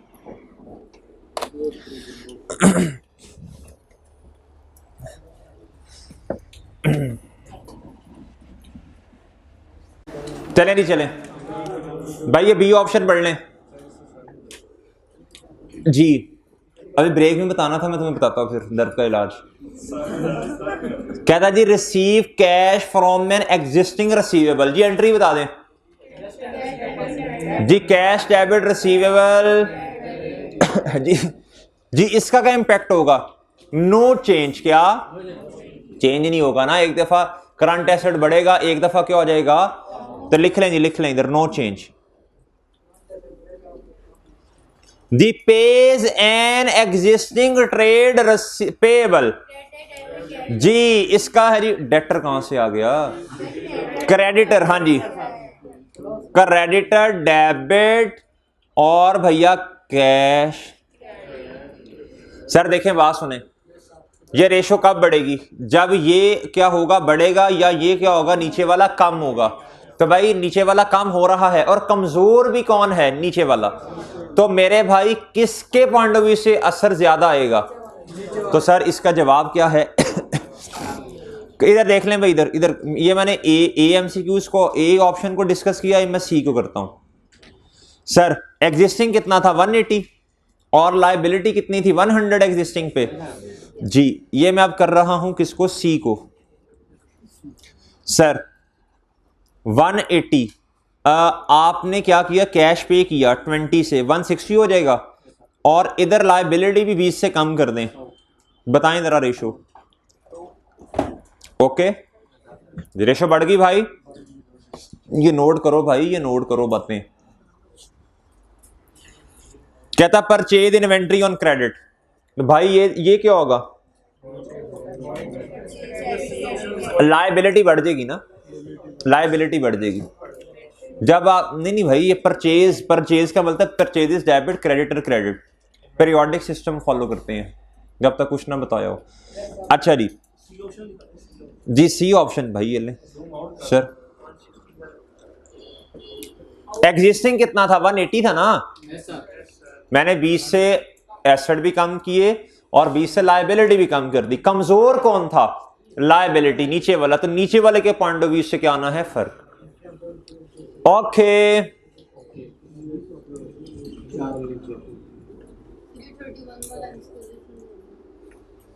बहुत अच्छे।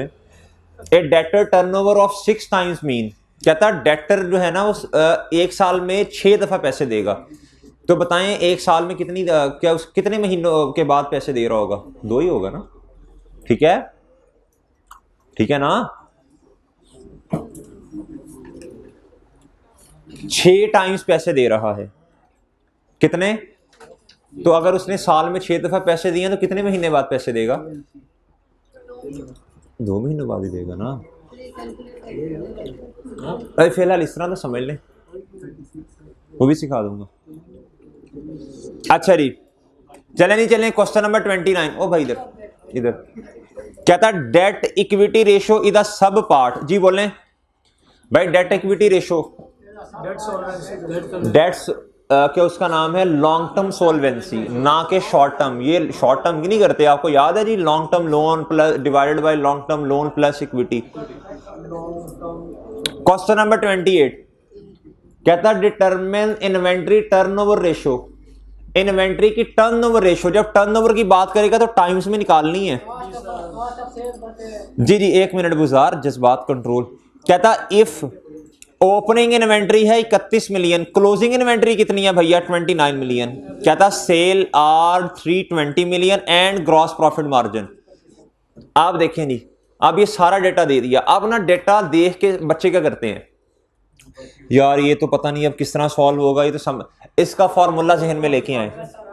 फॉर्मूला जहन में लाएं, cost of sale divided by average inventory. जी कॉस्ट ऑफ सेल फॉर्मूला लिख ले, पहले लिख लिया जी।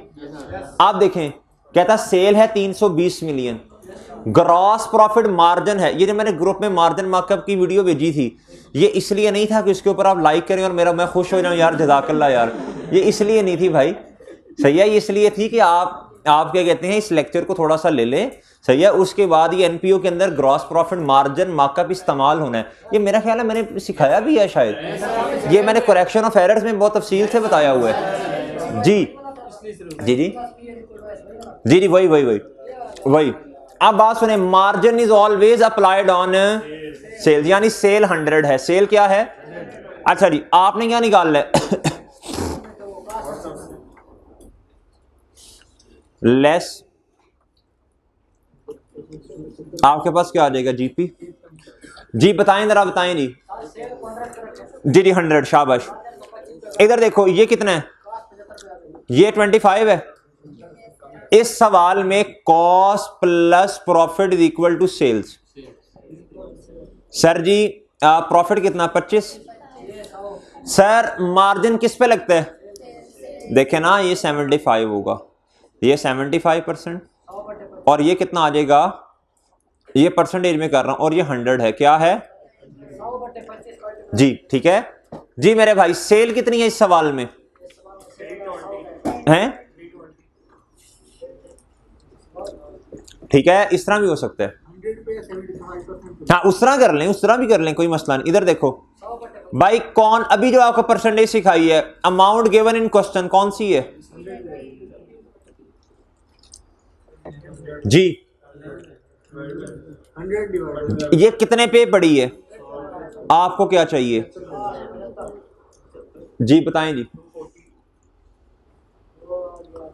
ठीक है, अच्छा 340, ये बिल्कुल 240 हो गया, लेकिन मैं वैसे कहता हूं कि 240 चलो वो भी लगे हाथों निकल ही आए, लेकिन ये खैर जरूरत इस्तेमाल नहीं होना था। ये देखें 240। अच्छा जी बताएं जी, कॉस्ट ऑफ सेल कितनी है जी? ये एवरेज कैसे आनी है? 39 सॉरी 31 प्लस 29 डिवाइडेड बाई 2, जल्दी से वो बता दें। 30, ये मैंने इकट्ठा ही लिख रहा हूं इधर। ये आ जाएगा भाई यार रुपीस कितना? 30। बताएं कितने टाइम्स आएगा? ओके जी, ये लो नोट करो, रो ना मुफ्ती, रो ना, नोट कर जी। हजारों ख्वाहिशें ऐसी कि हर ख्वाहिश पे दम निकले, बहुत निकले मेरे। चलें चलें चलें चलें, कल पढ़ाएं बेटा, जब तक खत्म नहीं होगा ये बस नहीं होगा यार। देखो मेरी बात सुनो, एक चीज पे अगर आधा पौना घंटा ज्यादा लग जाए आपका और वो चीज पक्की हो जाए, तो बताएं वो आपने फायदा है, फायदे का सौदा या नुकसान का?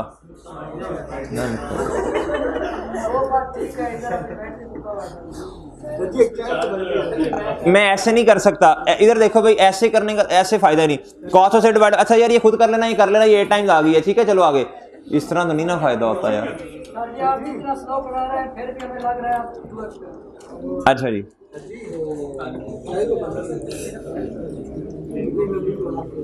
पिलाते हैं तुम्हें, चलें जी। 8 टाइम्स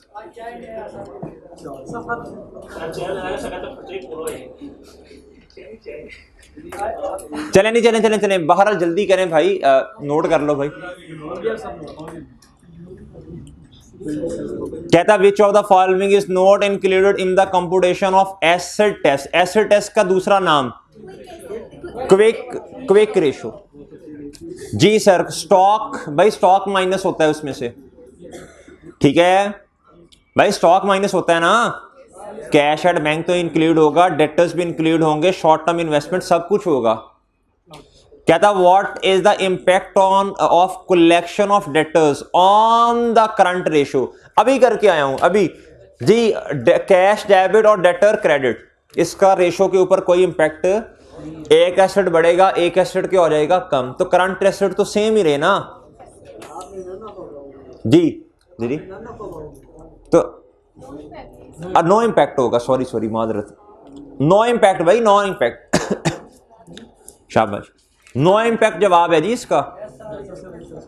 क्वेश्चन नंबर 25 कहता है डेटर टर्नओवर रेशियो और 12 टाइम्स मींस, देखें वही सवाल आ गया। 12 टाइम्स का मतलब है महीने के बाद। The average debtor takes about 1 month to monthly जी। इधर आए, कहता determine working capital turnover ratio.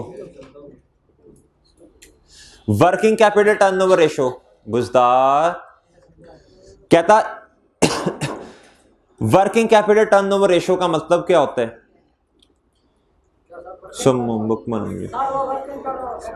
इधर देखें बताता हूं, कहता करंट एसेट्स 150 हैं, 150 मिलियन, और लायबिलिटीज कितनी है? 100। कहता सेल्स हैं जी कितनी ड्यूरिंग द ईयर? 500। इधर देखना, अगर आपसे कि पूछे कैपिटल कितना है, देखो कैपिटल डिवाइडेड बाय सेल ही होना ना, और सेल डिवाइडेड बाय कैपिटल ही होगा ना। इधर देखो एसेट्स बराबर हैं कैपिटल प्लस जी। एसेट्स कितने हैं और कैपिटल फाइंड करना है। लायबिलिटीज कितनी है, तो कैपिटल कितना आया?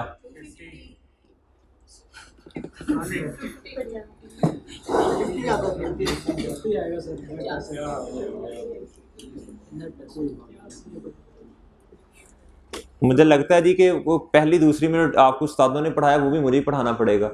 और इधर देखें, खुदा का खौफ करें यार, ये पता नहीं आप लोग जान के कर रहे हैं या ₹150 मिलियन। ये इधर ब्रैकेट है, इधर क्या, सॉरी ये इक्वल है, क्या है, इधर आपने ये कैपिटल इधर रखना, इधर जो चीज आएगी ना उसको माइनस करना है, माइनस, वो ब्रैकेट के इस तरफ आ रही है।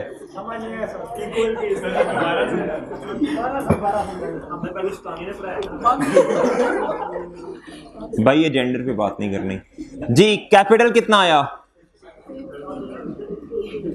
₹50, कितना जी जी सवाल किया था उधर जब कैपिटल रेशो और ऐसा का बात आया था तो आपने वो ऑपरेटिंग से करवा दी। क्या क्या बेटा, वो टर्नओवर नहीं है, गौर से देखो, क्वेश्चन नंबर बता दें। अरसलान हुरैरा खड़े हो जाओ, जल्दी करो जल्दी, क्वेश्चन नंबर ढूंढो उतनी देर। अच्छा जी भाई, सेल्स कितनी है, 500। वर्किंग कैपिटल टर्नओवर रेशो का मतलब क्या है जी, कैपिटल डिवाइडेड बाय, और सॉरी सेल्स डिवाइडेड बाय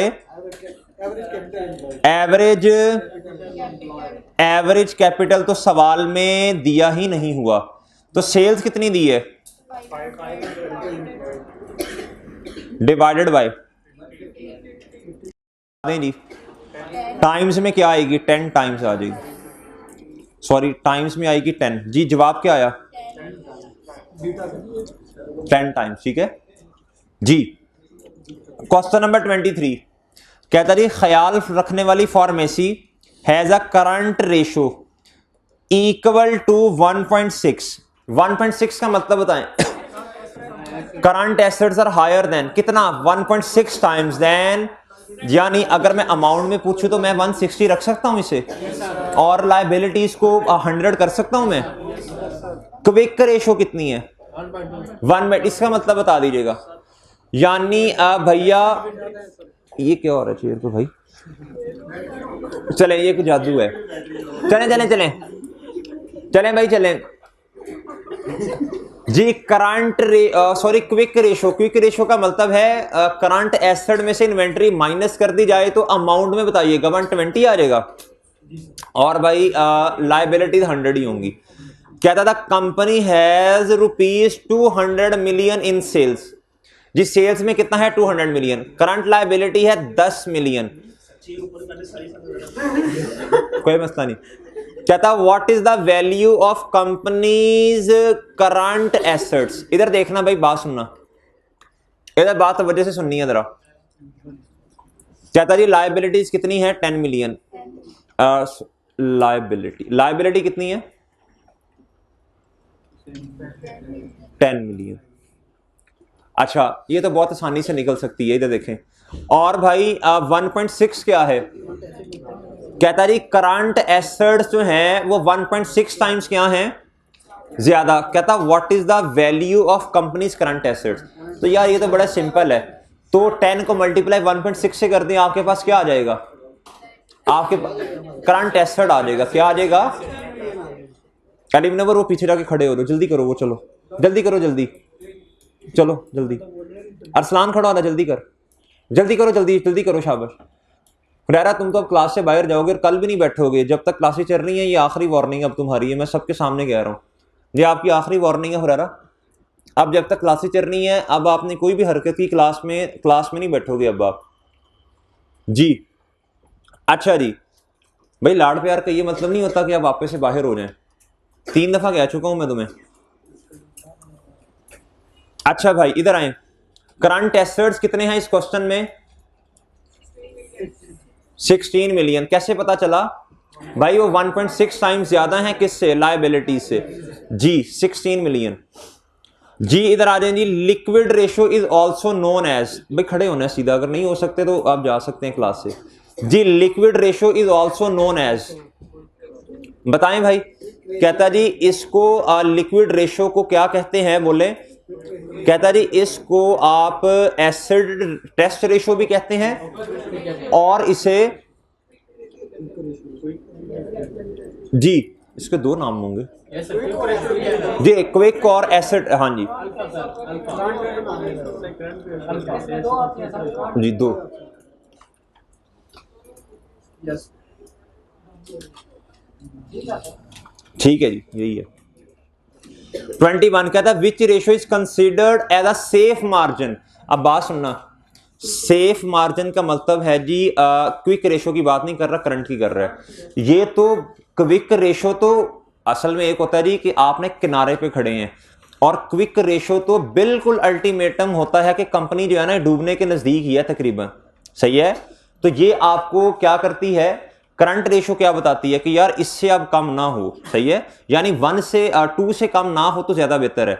और ये जो होती है ना आपकी क्विक रेशो, ये तो बिल्कुल ही लिक्विड रेशो, ये सबसे, अगर आपको कभी क्वेश्चन आए ना पेपर में कि लिक्विडिटी रेशोज अगर आपने निकालनी है तो सबसे अच्छा मेजर कौन सा है, करंट रेशो या क्विक? आपने कहना क्विक रेशो। क्या? Quick ratio, quick ratio, quick ratio. लेकिन भाई क्विक रेशो जो है ना, ये आप इसमें से इन्वेंटरीज भी माइनस होती हैं। सही है, अच्छा, लेकिन अगर आपसे पूछे as consider as a safe margin, कि चलो यार आप थोड़ी सेफर साइड पे खड़े हैं, तो वो होगी करंट रेशो। क्या होगी? ये तो बिल्कुल ही अल्टीमेटम हो गया ना कि बस अब तो आप गए, कंपनी के पास पैसे ही नहीं है बिल्कुल भी। अच्छा इधर आए, इधर कहता जी द गेयरिंग, आपने गेयरिंग रेशो बतानी है, क्या करना है? कहता जी extracts from statement of financial position. क्या इशू है यार? कहता extracts from statement of financial position of टूरैब limited as at 31 March 2019 are presented below. जी सर, मुझे गियरिंग रेशो का फॉर्मूला बताएं। Long term loan divided by long term loan plus equity. अच्छा जी, अब इसमें से सबसे पहले लॉन्ग टर्म लोन वाली चीजें ढूंढ लें। लोन आ गया जी, ये 32 का। उसके बाद आ गया जी 5% लोन नोट्स आ गए 24 के। अच्छा, ऑर्डिनरी शेयर्स तो इक्विटी में जाएगा। ये हो गया जी loan equity. Redeemable preference shares क्या होते हैं? रिडीमेबल, जल्दी बोलना, जो वापस होने हैं, लायबिलिटी। रिटेन अर्निंग्स इक्विटी, और भैया रिवैल्यूएशन सरप्लस भी इक्विटी। जी बताएं जी, सबसे पहले इन तीनों को ऐड कर लें जिसके साथ लोन है। 32 प्लस 24 प्लस 16 कितना हो गया? 72 डिवाइडेड बाय 72 प्लस इक्विटी बताइएगा। 80 प्लस 104 प्लस 40। जी बताइएगा जरा, मल्टीप्लाई बाय 100। ठीक है जी, जवाब क्या है? अच्छा जी इधर आए जी 19 पे। कहता Adeel limited has trade payable of ₹12,000 and bank overdraft कितना? 3,000, यानी लायबिलिटी कितने की है? 15,000 की। कहता इट्स करंट रेशियो इज 2.5। जी 2.5 का मतलब क्या है? अच्छा, और भैया एसेट टेस्ट रेशियो कितनी है? कहता what is the value of inventory. आपके पास 1 से 2 मिनट हैं, देखें जरा आपसे निकलती है ये रेशो कि नहीं। मैं आपको आसान तरीका बताऊं, देखें बात सुने। उसने लायबिलिटीज आपको खुद बता दी हैं। लायबिलिटीज बनती हैं मेरे भाई 15,000। अगर आप देखें जो एसेट रेशो है, सॉरी जो करंट रेशो है, ये 2.5 टाइम्स क्या है? ज्यादा है। तो आप इससे अगर मल्टीप्लाई कर दें तो आपके पास एसेट्स आ जाएंगे। 2.5 टाइम्स ज्यादा है किससे? लायबिलिटीज से। लायबिलिटीज आपके पास हैं 2.5 मल्टीप्लाई बाय 15,000, कितना आ गया जवाब? जल्दी जल्दी जल्दी बोलना है जी, जल्दी बोलें। 37,500 जवाब आया। सही है, अब आप कंप्यूट करें जी क्विक रेशो। क्या करें? क्विक रेशो ये है 1.5। इसका मतलब है क्विक रेशो के अंदर इन्वेंट्री शामिल नहीं होती। क्विक रेशो और करंट रेशो में जो फर्क है वो किसका है? सिर्फ इन्वेंट्री का। किसका भाई? अगर आप ये फाइंड कर लें और दोनों का डिफरेंस ले लें तो जवाब आ जाएगा जी। ये लायबिलिटीज हैं आपके पास 15,000 जी। लायबिलिटीज सॉरी क्विक एसेट्स जो हैं ये कितने ज्यादा हैं लायबिलिटीज से? 1.5 टाइम्स। करें जी 15,000 को मल्टीप्लाई कर दें 1.5 से जी, इन दोनों की अमाउंट्स में जो फर्क है वो किस चीज का है, वो क्या है जी, वो आपका जवाब है। ये ले, इसको नोट कर लें ऐसे। भाई आपके पास लायबिलिटीज हैं क्वेश्चन में लायबिलिटीज दी हैं 13,000 12,000 है जी क्या उसका आपके ट्रेड क्रेडिटर्स, और 3,000 क्या है जी बैंक ओवरड्राफ्ट। क्या है ये दोनों हो गए जी 15,000। कितने हो गए हैं 15,000 हो गए हैं। अच्छा जी ये है जी 15,000। भाईजान अगर आप करंट रेशो की बात करें तो कहता है 2.5 टाइम्स ज्यादा है एसेट्स, तो 2.5 से मल्टीप्लाई कर दें आप, आपके पास करंट एसेट्स आ जाएंगे। 15,000 को 2.5 से क्या कर दें मल्टीप्लाई, करंट एसेट्स आए। क्विक रेशो कैसे आती है, और सॉरी ये क्विक एसेट्स होंगे ना, रेशो थोड़ी होगी। 1.5 टाइम लायबिलिटीज हैं और सॉरी एसेट्स ज्यादा है किससे जी, इसमें से इन्वेंट्री माइनस होती है ना, तो ये है जी 15 लायबिलिटीज 15,000 हैं, तो 1.5 से मल्टीप्लाई करें आपके पास क्विक एसेट्स आ जाएंगे जी। अगर पेपर में सवाल आया what is the difference between current asset and quick asset, difference क्या है जी इन्वेंट्री का, इन्वेंट्री शामिल नहीं होती किसके अंदर, तो भाई जवाब क्या आया जी 15,000। ये आपका क्या है जवाब आ गया जी। क्वेश्चन नंबर 18 कहता what were the sales, sales कितनी है कहता opening inventory of a business है जी 108,000। कहता क्लोजिंग इन्वेंट्री कितनी है 144,000। कहता इन्वेंट्री टर्नओवर रेशो है 10 टाइम्स। भाई मेरे से पूछे ना क्या पूछते हैं जी, इन्वेंट्री टर्नओवर रेशो कितनी है 10 टाइम्स। कहता द मार्जिन वॉज 30%। जी मार्जिन किस पे लगता है, सेल पे लगेगा। किस पे लगेगा भैया, अच्छा मुझे एक बात बताएं, आप टाइम्स वाली रेशो कैसे कैलकुलेट करते हैं, cost of sale divided by average inventory. इधर देखें टाइम्स वाली रेशो कैसे आती है, डिवाइड बाय, ये इन्वेंट्री के टाइम्स की आएगी, डिवाइड बाय एवरेज। अच्छा इधर देखें जरा, कॉस्ट ऑफ सेल नहीं दी हुई क्वेश्चन में, निकल सकती है टाइम्स मल्टीप्लाई बाय जी एवरेज इन्वेंट्री। ये किसके बराबर आ जाएगी, ये बराबर आ जाएगी जी किसके, कॉस्ट ऑफ सेल। ऐसे आ सकती है, कॉस्ट ऑफ सेल बराबर है, नहीं ये सही नहीं हुआ जी। इधर देखें जी अगर आपने कॉस्ट ऑफ सेल कंप्यूट करनी है तो इससे जाके मल्टीप्लाई कर देना, times multiply bye average inventory compute करनी पड़ेगी। ये उसने क्वेश्चन में खुद दी हुई है टाइम्स, ये 10 है, मल्टीप्लाई बाय एवरेज इन्वेंट्री बता दीजिए जी, बोले शाबाश। 108 प्लस डिवाइडेड बाय 2, 10 को करते हैं मल्टीप्लाई किसके साथ, 12,60,000। ये कितना आया 120। मैंने 1000 के बगैर सवाल सॉल्व किया है तो ये आ जाएगा 126। 1260 अच्छा जी, तो 3 0 अगर मैंने 1000 के बगैर किया ना क्वेश्चन। अच्छा जी ये कितना आ गया भाई 1260। भाई इसकी समझ आई सबको जी, अरसलान तुम बैठ जाओ। अच्छा जी खामोश।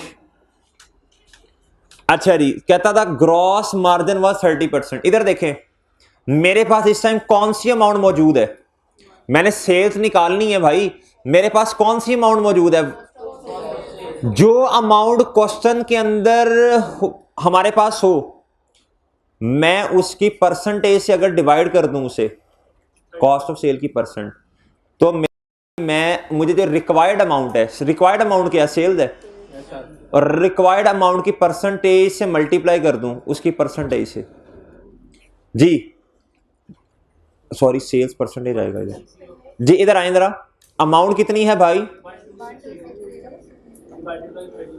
डिवाइड इन्ना लिल्लाहि व इन्ना, और अचानक कॉस्ट ऑफ सेल 70% है यार, ग्रॉस प्रॉफिट क्या हो गया तुम्हें। इधर देखें ये है 30, ये मार्जिन किस पे लगता है सेल्स पे, तो ये 70 होगी ना चन्न, डिवाइडेड बाय 70 मल्टीप्लाई बाय 100। जवाब बताइएगा जी। सही है जी, इसको नोट कर लें, ये टेक्निकल सवाल था।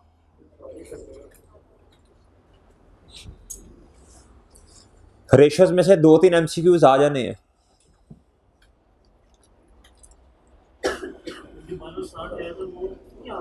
जी जी, वो तो कॉस्ट ऑफ सेल आई ना भाई, हमने तो सेल्स निकालनी है ना। इस सवाल में टाइम्स वाली रेशो दी हुई थी, टाइम्स वाली, टर्नओवर वाली, तो हमने क्या किया, उसको इस्तेमाल किया। उसको देखें, जो बच्चा एमसीक्यू सॉल्व कर लेगा उसका चैप्टर ऑटोमेटिकली सही हो जाता है। अगर आप ईपीएस के एमसीक्यू सॉल्व कर लेंगे तो ग्रिप वैसे डाइल्यूटेड किस तरह निकलती है, weighted average number of shares कैसे निकलते हैं, उस पर ऑटोमेटिक आ जाती है। मैं तुम्हारी तस्वीरें मैं खींचूंगा अरसलान। अच्छा जी, चले, मैं जब उसे कहता हूँ वो चुप हो जाता है, इसलिए उसको मैंने बिठा दिया। नहीं नहीं नहीं, तू जिसकी मर्जी कसम खा आज। What is the return percentage और ऑन लॉन्ग टर्म फंड? भाई लॉन्ग टर्म फंड्स का मतलब होता है capital plus capital plus equity. पता नहीं मेरा इम्तिहान ले रहे हो। अच्छा जी, सुनना मेरे भाई, रिटर्न और लॉन्ग टर्म लोन का फॉर्मूला खुद बना लो यार। PBIT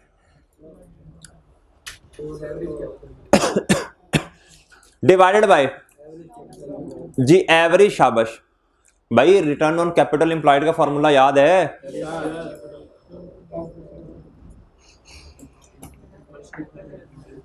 ji.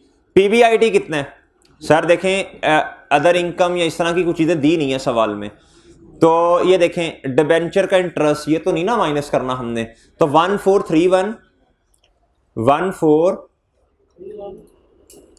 Divided by average capital employed कितना है? ये इक्विटी है, ये भी इक्विटी है, और इसके अंदर लोन ऐड कर दें, 7200 से डिवाइड कर दें, मल्टीप्लाई 100 कर दें, 19 पॉइंट।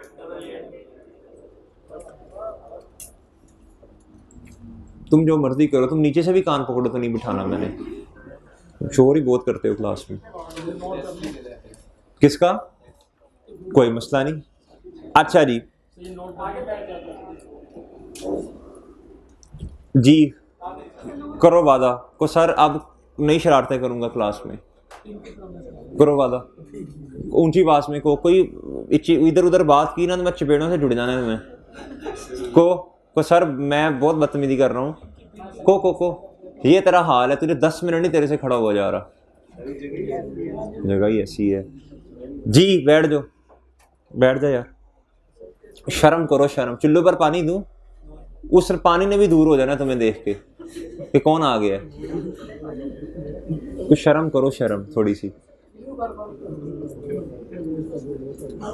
देखो भाई, कहता इस सवाल में देखें, कहता cost of credit sale was, credit sale की क्या कर रहा है जी? कॉस्ट पूछ रहे। कहता Tara limited produces a single product with the margin on sales. जी कॉस्ट प्लस प्रॉफिट क्या होता है? तो प्रॉफिट ये है, मार्जिन हमेशा सेल पे, सेल 100 है, तो ये कितना होगा? ओके जी, ये मैं परसेंटेजेस के बगैर ही कर देता होता हूं। टोटल सेल्स कितनी है भाई? अच्छा कहता रिसीव, अच्छा ये आपका होमवर्क है, ये ट्राई करके आए जरा। ये इसमें पता क्या होना है? मैं हिंट दे देता हूं, भाईजान इधर सुनिएगा। इस क्वेश्चन में क्या होना है? एक साल में इस रेशो किसी एक रेशो का ना थोड़ा उल्टा करना पड़ेगा, ठीक है? 365 डिवाइडेड बाय टाइम, इस तरह की कुछ चीजें होनी है। ये आपका होमवर्क है। दी क्वेश्चन नंबर 16 होमवर्क है भाई, ये नहीं होमवर्क। कहता it's rate of inventory turnover for the year is. भाई जब भी इन्वेंट्री टर्नओवर की बात करे चाहिए, और इन्वेंट्री टर्नओवर इसमें मतलब टाइम्स में रेशो मांग रहे हैं जी, टाइम्स में रेशो मांग रहा। जवाब बताएं किस तरह आएगा? कॉस्ट ऑफ सेल एवरेज, ये आसान है यार, मेरा ख्याल है कर ही लोगे, कर लेंगे। टाइम्स में कॉस्ट ऑफ सेल कितनी है? ये देखें ये कॉस्ट ऑफ सेल है भाई, ये ओपनिंग इन्वेंट्री, ये सारी ये कॉस्ट ऑफ सेल है 240 500 जी। अब आपने ओपनिंग इन्वेंट्री क्या लेनी है, ये ओपनिंग है और ये क्या है भाई,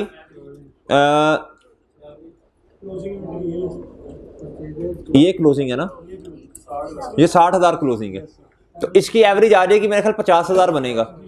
ये कर लीजिएगा, आसान है। क्वेश्चन नंबर 14 कहता है कंपनीज गेयरिंग रेशो, कहता है डेट ओवर इक्विटी की बात कर रहे हैं, इज 60%, कहता दिस वुड राइज इफ, कहता ये बढ़ेगी। अब बात सुनना, इधर देखो, इधर फॉर्मूला क्या इस्तेमाल कर रहा है गेयरिंग रेशो का, मैंने कहा था नॉर्मल हम कौन सा फॉर्मूला इस्तेमाल करते हैं, इधर डेट का मतलब लॉन्ग टर्म है, जब वो खुद इंस्ट्रक्शन दे दे फिर पंगे। अच्छा जी, अब मुझे बताएं ये रेशो क्या हो रही है भैया, राइज का मतलब बढ़नी है, ये रेशो कब बढ़ेगी बोले, जब ये बढ़ेगा और ये क्या होगा, कम। बता दें ऑप्शन, कहता decrease in share holders equity is equal in amount to decrease in long term loans, कहता जी उतने से लॉन्ग टर्म लोन कम हो जाएं, और नहीं सॉरी, हाँ कहता जी लॉन्ग टर्म लोन भी कम हो जाए और इक्विटी भी कम हो जाए। सर इसका ये तो गलत हो जाएगी, क्यों क्यों क्यों गलत होगी सर, कमजोर कौन है, इक्विटी कमजोर है, 60 का मतलब है 60/40, ये है डेट, ओके। अच्छा जी, इसका मतलब क्या है जी, जल्दी बोलना जल्दी भाई, इसका मतलब है ये राइज की बात कर रहे हैं, तो ये मेरा नहीं ख्याल ये सही होगी। Increase in share holders equity is equal in amount to decrease in long term loan.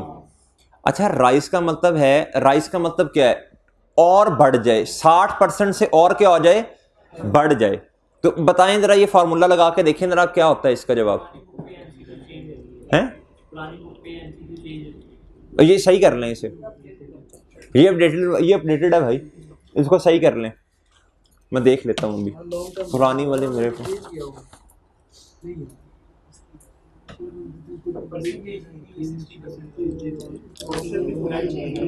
जी ये गलत है भाई, पुरानी किताब के अंदर चेंज करवाया था, इसका बी जवाब बनता है, इसका जवाब क्या बनता है, बी जवाब है। बी कैसे बनेगा, इधर देख लें भाई,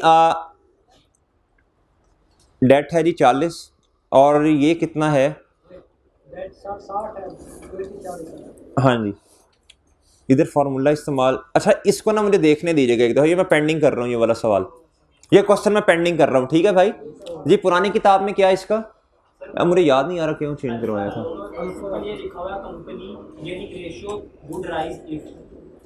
अच्छा पूरा सवाल नहीं दिया हुआ, हाँ ठीक है, ये चेंज किया, अब देख लेते हैं क्यों चेंज किया है, रीजन बता दूंगा आपको, पुरानी और नहीं, मैं रीजन बता दूंगा आपको क्यों चेंज किया था, ये कल इंशाल्लाह मुझे याद करवा दीजिएगा जी, मैं बता दूंगा, चेंज किया मुझे याद आ रहा है, लेकिन क्यों किया था ये जहन में नहीं है।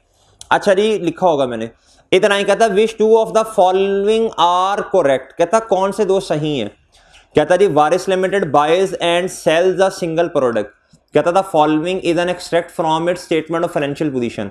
जी सर बताइएगा जरा, कहता इन्वेंट्री है जी 2018 की, ये 18 का डेटा, ये 17 का, ये रिसीवेबल्स हैं, कहता सेल एंड परचेज ड्यूरिंग 2018 इतनी है और ये परचेजेज हैं, ये क्यों दी हुई हैं, कहता 20% of sales were for cash, इसका मतलब है 80% किस में होंगी,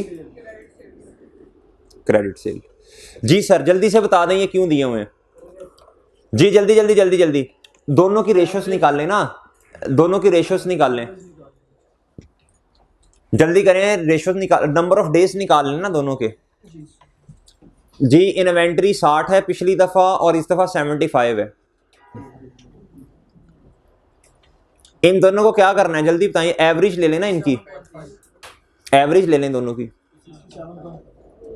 जी, और क्या करें, इन्वेंट्री को किससे डिवाइड करते हैं जी मेरे भाई।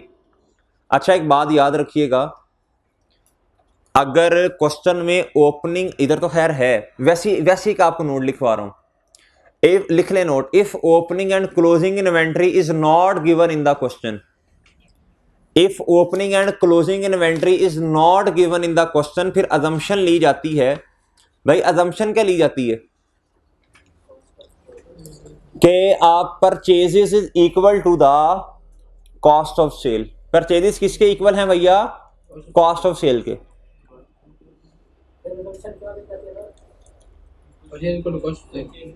तो परचेजेस किसके इक्वल हैं? कॉस्ट ऑफ सेल के। ठीक है। अच्छा जी, इस सवाल के अंदर कहता कौन से दो सही हैं? कहता average receivable collection period is 37 days या 46 डेज। यह प्रूव करना पड़ेगा जी। बात सुने भाई, आपके पास क्रेडिट सेल्स कितनी है? 80% कितना बनता है?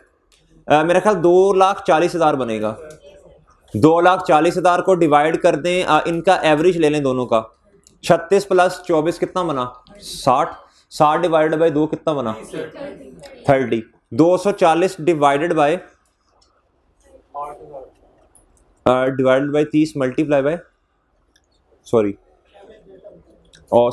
इसका फार्मूला होता है एवरेज डेटर्स हैं 30 और सेल्स हैं 2,40,000 मल्टीप्लाई बाय 365। जी जवाब बताइएगा कितना? 45.6 का मतलब क्या हुआ? 46। इसका मतलब एक जवाब तो ये सही हो गया ना। दूसरा क्या पूछ रहा है? कहता ग्रॉस प्रॉफिट आपने बताना है 35% है या 45 है। जी ये कैसे निकलेगा? जी बताएं, शाबाश बोलें भाई, बोलें जी मेरे भाई। जी सर। भाई सेल्स कितनी है? कितनी है जी? 3 लाख की सेल्स हैं भाई। ग्रॉस ये जो आपने कॉस्ट ऑफ सेल लेनी है, ये क्रेडिट सेल्स की लेनी है या टोटल सेल्स की लेते हैं? भाई कैश वालों पे भी तो खर्चा होगा ना जी। टोटल सेल्स आपके पास कितनी है? 3 लाख। कितनी है? 3 लाख। मेरे भाई आपके पास परचेजेस भी हैं, आपके पास ओपनिंग क्लोजिंग भी है, कॉस्ट ऑफ सेल निकल सकती है। निकालें कॉस्ट ऑफ सेल कितनी है। देखो ना वो चंद की हो गया तनु। ओपनिंग स्टॉक कितने प्लस परचेजेस माइनस क्लोजिंग। जी बताना जरा ओपनिंग स्टॉक कितना है? ये दिया तो हुआ यार 60 और ये कितना 75 और 1000 में है। क्या है इधर? कुछ भी नहीं बताया तो 1000 कर लेना इधर। 1000 कुछ नहीं होता। इस तरह तो सवाल मेरा नहीं ख्याल सॉल्व होगा। चलें बहरहाल इधर कितना है जी? ये कितनी है बताना जरा। 1000 में करके देखना एक दफा। हाँ कितनी है भाई? इसको ना 1000 में करें वरना नहीं क्वेश्चन सॉल्व होगा, या फिर इसको रुपीस में कर लें या इससे रुपीस। बताना जरा कितनी है? 160 जी। 165 जी। बताएं जी क्या जवाब बनता है? ये कॉस्ट ऑफ सेल है। Sales less cost of sale क्या आ जाएगा आपके पास? जीपी। जी सेल्स कितनी है दी हुई है क्वेश्चन में? 100 से कर लें ऊपर। ये क्वेश्चन में एरर है, इसको सही कर लें। इस क्वेश्चन को ना सही करें। अगर इधर रुपीस है तो फिर बल्कि इस तरह करें, इधर रुपीस इन 1000 करें। Rupees in 1000, rupees in 1000 update. जी सर बताइएगा जरा कॉस्ट ऑफ सेल कितनी है? जी तो जीपी कितना आया जी? अगर आपने जीपी की परसेंटेज निकालनी है, GP divided by sales multiply by 100। जी जवाब क्या आया? ये नोट कर लें, सारा नोट कर लें।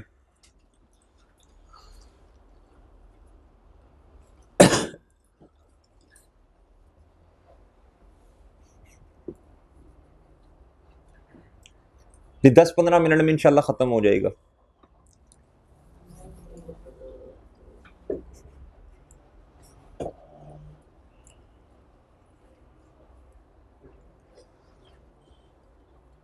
जी मेरे मासूम दोस्तों, ओके जी। जी ये हमने डेज निकालने हैं।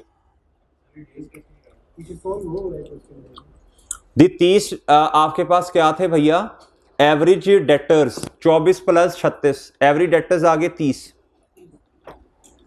Divided by sales multiply by हमने कर दिया नंबर ऑफ डेज के साथ, साल में कितने होते हैं। हमारे पास कलेक्शन पीरियड आ गया डेटर्स का, ठीक है। कलेक्शन पीरियड डेटर्स का कैसे आता है, average debtor divided by sales multiply by 365। फिर हमने जीपी निकालना था, वो भी आ गया जी। चले नहीं चले, शाबाश। ये क्या आ गया जी, जवाब आया जी, ये आता है जी। ये तकरीबन एक जैसे ही हैं दोनों। क्वेश्चन नंबर 12 देखिएगा, कहता है रिटर्न ऑन कैपिटल एम्प्लॉयड। यार ये तो मेरा ख्याल है आप कर ही लेंगे। रिटर्न ऑन कैपिटल एम्प्लॉयड का formula PBIT divided by average capital employed हो जाएगा भाई। ना हुआ तो ये भी डिस्कस कर लीजिएगा। अच्छा ये अच्छा सवाल है, ये अच्छा है। After correction of these errors gross profit percentage will be. भाई इधर देखिएगा जरा, पहले बताएं ग्रॉस प्रॉफिट परसेंटेज कितनी आती है। 90 डिवाइडेड बाय 360 मल्टीप्लाई बाय 100 बताएं। 25% है 180, हाँ जी ठीक है। अब आप इधर आए, क्या था, it was subsequently discovered revenue was overstated by 45 million. जी इधर देखें, इधर देखें, रेवेन्यू क्या है भैया, सेल्स जी। रेवेन्यू 360 का रिकॉर्डेड है, ये ओवर स्टेटेड है 45 से, तो सही रेवेन्यू कितना होगा, मिलियन। अच्छा जी, लेस क्या करना है भाई, कॉस्ट ऑफ सेल। अच्छा मेरे भाई कॉस्ट ऑफ सेल कितनी है वैसे, 360 में से 90 माइनस करें तो बाकी कॉस्ट ऑफ सेल 270 है। इधर देखें 270, क्या 270 कहता है जी भाई, कहता जी and the closing inventory understated by 15 million. जी बोले शाबाश। इधर देखें, अच्छा चलें आप इस तरह ना करें, ऐसे कर लें, 270 इसमें से क्या करें माइनस, बताएं कितना आता है जीपी, कितना आता है जीपी 45। एक बात और देखें, ये आ गया भैया जीपी आपके पास, क्या आया, मैं कॉस्ट ऑफ सेल के पॉइंट ऑफ व्यू से नहीं आपको कहता कि आप सोचें, ये बताएं अगर आपका क्लोथिंग स्टॉक जो है वो क्या है, कम के ज्यादा, क्या था अंडर स्टेटेड। अगर आपका क्लोथिंग स्टॉक अंडर स्टेटेड होगा आपका प्रॉफिट क्या होगा जी, आपका प्रॉफिट, अगर क्लोथिंग स्टॉक अगर आपका कम है तो आपका प्रॉफिट क्या था, आपका प्रॉफिट भी कम होगा। अब क्या करना है प्रॉफिट को 60, क्या 60। अब फॉर्मूला लगाएं जरा जी, अब फॉर्मूला लगाएं। जी 15 से अगर 90 को बढ़ा देंगे 90 को, जी फॉर्मूला लगाइएगा, एक मिनट, उधर से 45 से कम कर दें तो जी जी जी ये करें जिस तरह फिर करता हूं उस तरह भी जो आप कह रहे हैं। कितना, ये देखो भाई, जीपी परसेंटेज कैसे कंप्यूट करते हैं, जीपी परसेंटेज कैसे कंप्यूट होती है भाई, gross profit divided by sales multiply by, जी पहले कितनी थी, ये आपका जीपी था, ये आपकी सेल्स थी। कहता सेल आपकी क्या है, ओवर स्टेटेड, क्या है। अब मेरे भाई इधर बात सुनिएगा बहुत तवज्जो से, कॉस्ट ऑफ सेल को तो कुछ ना भी करो, डायरेक्ट जीपी में कर दो तो कोई मसला नहीं है भाई, सेल को तो छेड़ना पड़ेगा, आपने डिवाइड करना है सेल के साथ। अगर आप इसको डायरेक्ट आप जीपी को बढ़ा रहे हैं, आप कहते हैं नहीं पहले जीपी 90 है, ठीक है, सेल आपकी ओवर स्टेटेड है, आपने 45 से क्या कहते हैं जब सेल कम की यानी डेबिट कर दी ना, ये डेबिट साइड वाली एंट्री या प्रॉफिट और लॉस वाली चीज है और डेबिट साइड पे आ रही है, यानी आपका जीपी क्या होगा, कम होगा। आपने 90 से 45 कर दिया जीपी को, 45 से कम किया, आपका जीपी कितना आ गया, 45 आ गया, ठीक है। अच्छा जी, आपने सेल को अगर नहीं छेड़ते इधर तो भाई आप जब डिवाइड करेंगे ना तो आप 360 से कर देंगे, जो कि जवाब गलत होगा। क्या होगा, इसलिए सेल को छेड़ना पड़ेगा, डायरेक्ट नहीं कर सकता मैं कि भाई 45 जीपी को कम करें फिर 15 से डायरेक्टली बढ़ा दें, ये नहीं हो सकता। इधर आप इस तरह अगर करेंगे ना, अगर आप सेल को नहीं छेड़ेंगे, भाई सेल तो डिनोमिनेटर में आ रही है, इसको तो छेड़ना पड़ेगा, वरना तो इस तरह करेंगे तो जवाब देखें क्या आता है आपका। आपने तो इसको छेड़ा ही नहीं है, हालांकि डिवाइड होना है उसने, चेंज होना है उसने। जी बताएं जरा कितना जवाब आएगा? हैं? ये गलत है, क्या है? ठीक है, ये सही है भाई। अगर सवाल ये होता ना बताएं ग्रॉस प्रॉफिट कितने से कम या ज्यादा होना, मैं कहता यार 45 से कम होना, 15 से बढ़ना, तो नेट इंपैक्ट 30 से आना है। ये सवाल नहीं है। सवाल क्या है? सवाल है कि भाई ग्रॉस प्रॉफिट की परसेंटेज बतानी है। ठीक है, ठीक है सर। अच्छा जी, ये इसका जवाब है 19। अगला क्या था? आफ्टर ब्रेक करनी है 2-4 मिनट की।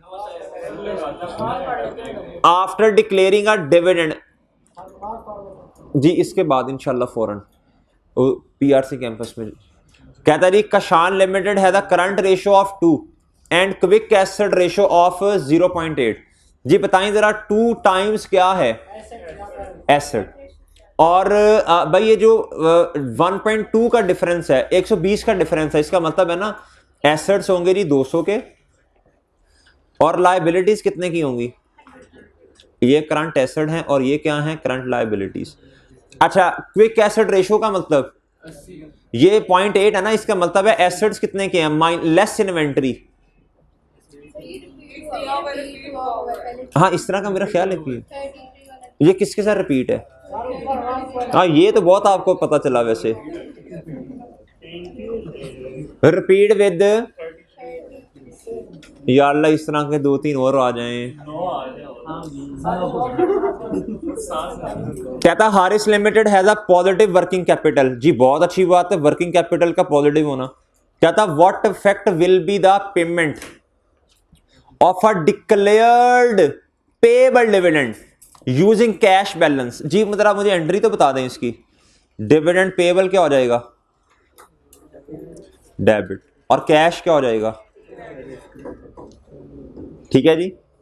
जी पॉजिटिव वर्किंग कैपिटल का मतलब बता दें जी। जी वर्किंग कैपिटल, वर्किंग कैपिटल का मतलब क्या होता है भाई? अभी बताया था, एसेट्स इक्वल हैं कैपिटल प्लस लायबिलिटीज। क्या है भैया? जी लायबिलिटी नहीं लायबिलिटी। अच्छा जी, जी सर, जी जी तवज्जो से। इसका मतलब क्या होता है? इसका मतलब है जी पॉजिटिव है। क्या है इसका मतलब? एसेट ज्यादा होंगे ना किससे? लायबिलिटी से। मैं अज्यूम करता हूं ये है जी 150 और ये है जी 100 और ये कितना है? 50। ठीक है सर, ठीक है। अच्छा जी, अब क्या करते हैं? अब डिविडेंड क्या कर देते हैं मेरे भाई? इसका मतलब है 1.5 रेशियो आई ना, एसेट डिवाइडेड बाई ये 1.5 आई। अब क्या करते हैं? आप 20 रुपए से डिविडेंड को पे करो। कितने से करो? 20 से। देखना जी ये क्या हो जाएगा? 130। ये क्या हो जाएगा? ये 80 हो जाएगा। और ये कितना आया? 1.6। ये बराबर ही आ गया। और रेशो क्या हो जाएगी? इधर देखें 130 डिवाइडेड बाई 80 करें, ये हो जाएगा। इधर आए, इधर आप 150 डिवाइडेड बाई 100 करें, आपके पास ये रेशो आ जाएगी। बात समझिए भाई? सही है, सही है ना? देखें जब आपने वर्किंग कैपिटल, मैंने आपको समझाया है, आपने जब ये सवाल आएगा आपने कहना जी एसेट्स बराबर होते हैं कैपिटल प्लस लायबिलिटीज से। जी लायबिलिटीज सॉरी एसेट्स ज्यादा है लायबिलिटीज से, तो बाकी जो वजन होगा वो किसका होगा? जी कैपिटल का होगा। किसका होगा? जी अगर आपने कुछ पेमेंट कर दी है तो कैश आपका कम हो जाएगा, क्रेडिट, यानी एसेट कम हो गया ना भाई 20 से, और लायबिलिटी डिविडेंड पेएबल भी तो कम हो गया ना, वो डेबिट हुआ। ये देखें वो 80 हो गया। सही है जी। अब देखें जी कैपिटल पे तो फर्क ही कोई नहीं आया, कैपिटल पे कोई फर्क नहीं आया। इसका मतलब no change in capital, no change in capital. बात समझे? लेकिन सर जब आप रेशियो कंप्यूट करेंगे तो पहले रेशियो आती थी current asset divided by current liabilities 1.5। अब 130 डिवाइडेड बाय 80 करें तो रेशियो आपकी क्या हो जाती है? बढ़ जाती है। तो जवाब बताइएगा। Increase in current ratio no effect on working capital. Note कर लें दोनों को। ये है जी एग्जिस्टिंग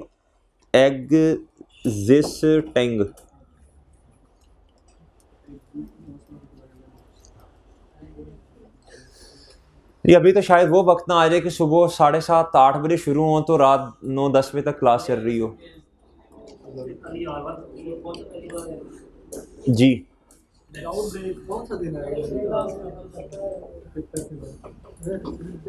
जी भाई हो गया जी, नोट कर लें जल्दी। आपने कहा था थोड़ा सा एक्स्ट्रा क्लास में। तो ये कितनवीं है बता दो खुद।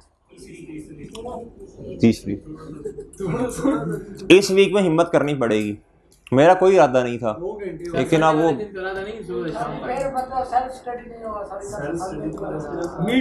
जी ठीक है भाई 17 फ़रवरी को सिलेबस खत्म होगा। ये फिर देख लें अब आपकी है या गवर्नमेंट का मसला है, हमारा मसला तो नहीं है भाई, गवर्नमेंट का मसला है ना जी। अब नेक्स्ट पता नहीं क्या बनता, हालात का क्या होते, तो ये हमारा तो मसला नहीं है भाई। उसकी भी गारंटी नहीं है भाई, उसकी भी गारंटी नहीं है, पता नहीं है, वही बताएंगे जी। अच्छा जी, कहता G M limited has a current ratio of 2.1। यार ये आप पढ़ाइएगा जरा, ये आसान है।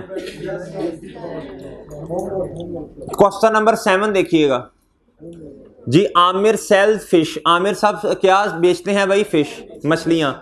आबिद क्या बेचता है? किताबें।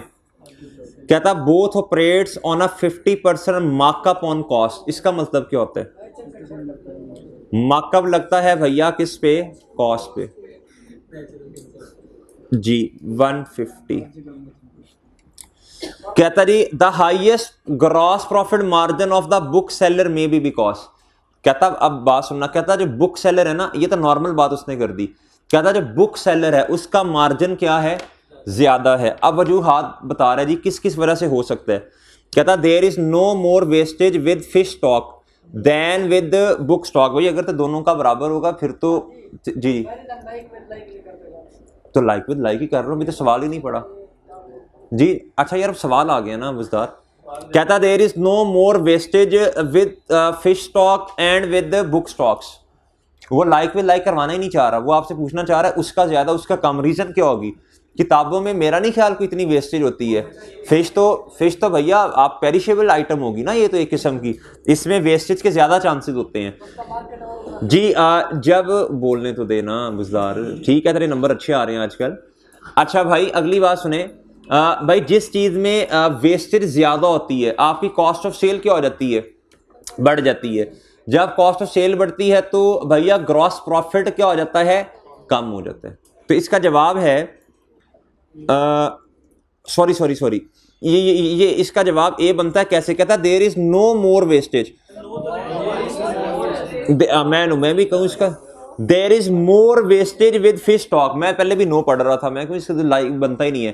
कहता फिश में ज्यादा वेस्टेज है as compare to the book stock. तो भाई जब आपका लॉस ज्यादा आना शुरू हो जाएगा तो आपकी कॉस्ट ऑफ सेल क्या हो जाएगी? जब आपका नॉर्मल लॉस की बात कर रहा है, इधर लिख लें, वेस्टेज का इधर मतलब क्या है? नॉर्मल लॉस, अब नॉर्मल की बात नहीं कर रहा जी। ये आसान है जी। क्वेश्चन नंबर 6 इधर आपने क्या करना? नंबर ऑफ डेज फाइंड करने हैं। क्या करने हैं? 2005 बहुत अच्छे 2000, ये कौन सा है? अब इसको सही कर लें यार जरा।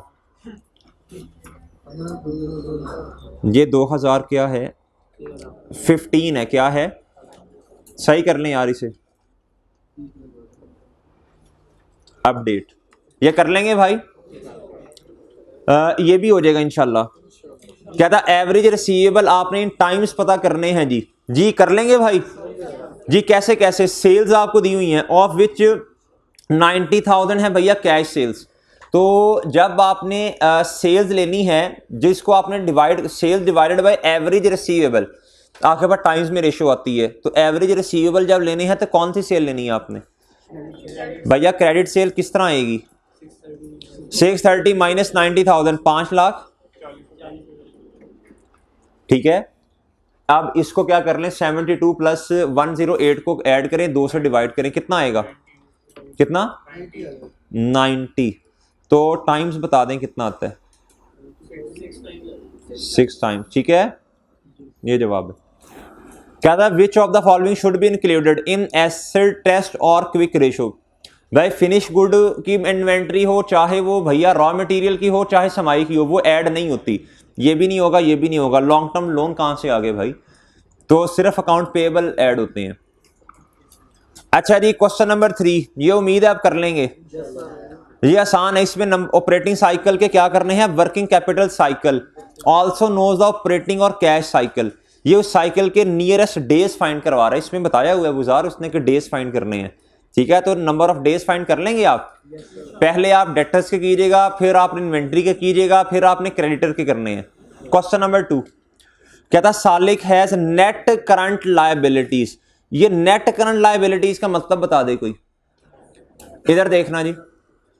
नेट करंट लायबिलिटीज का मतलब है, अभी कैश फ्लो का एक सवाल किया था जिसके अंदर चेंजेस बता रहा था, जिसके अंदर कह रहा था कि भैया पिछले साल से अगर कंपैरिजन किया जाए इस साल का, अगर तो जवाब आ जाए भैया लायबिलिटी की शक्ल में, सॉरी अगर लायबिलिटीज आपकी बढ़ रही हो, क्या हो रही हो लायबिलिटी, तो वो क्रेडिट होगी डेबिट होगी। लायबिलिटी का बढ़ना क्रेडिट ही होता है। अच्छा, नेट करंट लायबिलिटीज का इधर मतलब क्या है, नेट करंट लायबिलिटीज का मतलब है भाई एसेट्स माइनस लायबिलिटीज। जब आप करेंगे तो जवाब क्या आएगा, इधर देखें, एसेट्स हैं ₹80 के, कितने के, लायबिलिटीज हैं रुपीस मेरे भाई 100 की। आपने इन दोनों को क्या कर दिया, नेट कर दिया। क्या कर दिया, तो जवाब क्या आया, रिजल्टेंटली लायबिलिटीज में आ गया। कहता आपने दोनों को क्या कर दिया, आपने नेट कर दिया। अब ये कहता 20 ज्यादा है, लायबिलिटीज क्या है जी, 20 रुपए से ज्यादा है, किससे, एसेट से। ये बात करना चाह रहा है, ठीक है जी। लिख लें अपने पास ये एग्जांपल, जल्दी करें, जल्दी, शाबाश, लिख लें, लिख लें।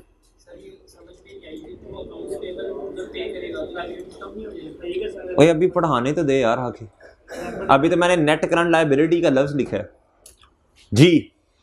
भाई एसेट 80 है, इसका मतलब है liabilities are more than assets. Net current liabilities, अगर लफ्ज लिखा हो नेट करंट एसेट्स, फिर उसका मतलब क्या होता है, लिख लें अपने पास, लिख लें इस बात को।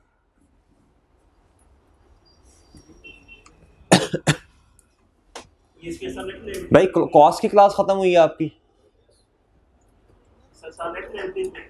उधर भी क्लास हो रही थी जी। जी नेट लायबिलिटीज आपने नेट कर दिया ना दोनों को जी।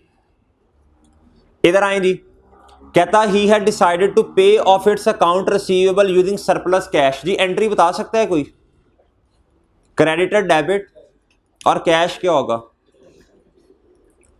चले अब मुझे बताएं। कहता करंट रेशो क्या होगी, current ratio, current asset divided by current liabilities. भाई ज्यादा कौन है इस वाले केस में, करंट लायबिलिटीज ज्यादा है, क्या है, तो ऊपर भी इतने से चेंज आया, नीचे भी इतने से चेंज आया, कमजोर कौन है, एसेट क्या हो रहा, कम हो रहा, तो रेशो क्या हो जाएगी, जवाब आ गया, ठीक है। इधर देखें, इधर देखो भाई, इधर देखो, मैंने एज्यूम किया, मैंने कहा जी एसेट्स इतने हैं और लायबिलिटीज इतनी है जी। रेशो क्या है, 0.8 है, यही रेशो आई ना। अच्छा ये एग्जिस्टिंग है, ये क्या है, एग्जिस्टिंग। अच्छा अब क्या करते हैं जी, अब ये करते हैं कि हम चेंज कर देते हैं, 20 रुपए से पेमेंट करते हैं।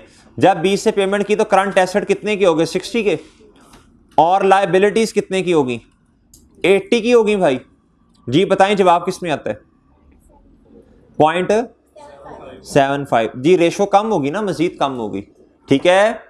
कमजोर वाले को देखना है, अगर सेम अमाउंट ऊपर भी चेंज हो रही हो नीचे भी, तो किसको देखना है, ये कमजोर था, ये वाला, ये कमजोर था, ठीक है भाई। ये प्रूव हो गया, सही है सनाउल्लाह। अच्छा जी, क्वेश्चन 1 कहता था acid test ratio also known as quick ratio should include which of the following. जी इन्वेंट्री आती है जिसके अंदर, account receivable yes, bank overdraft बिल्कुल आते हैं, सारी लायबिलिटीज आती हैं, बस अक्रूवल्स भी आते हैं भाई। सारी लाइबिलिटीज आएंगी, ठीक है। कल आपने घर से पढ़ के आना है, अगर आपको टाइम मिला, नहीं तो मैं तो पढ़वाऊंगा ही। जी, नेट करंट एसेट का मतलब है assets are more than current liabilities. भाई किताब देना जी, अल्लाह तुझे सेहत दे, इस तरह ना सोच जी। हाँ जी,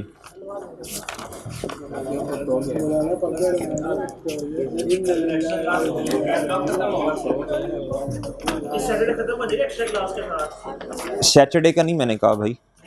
जी भाई कोशिश है, दिन नहीं बता सकता मैं आपको अभी जी।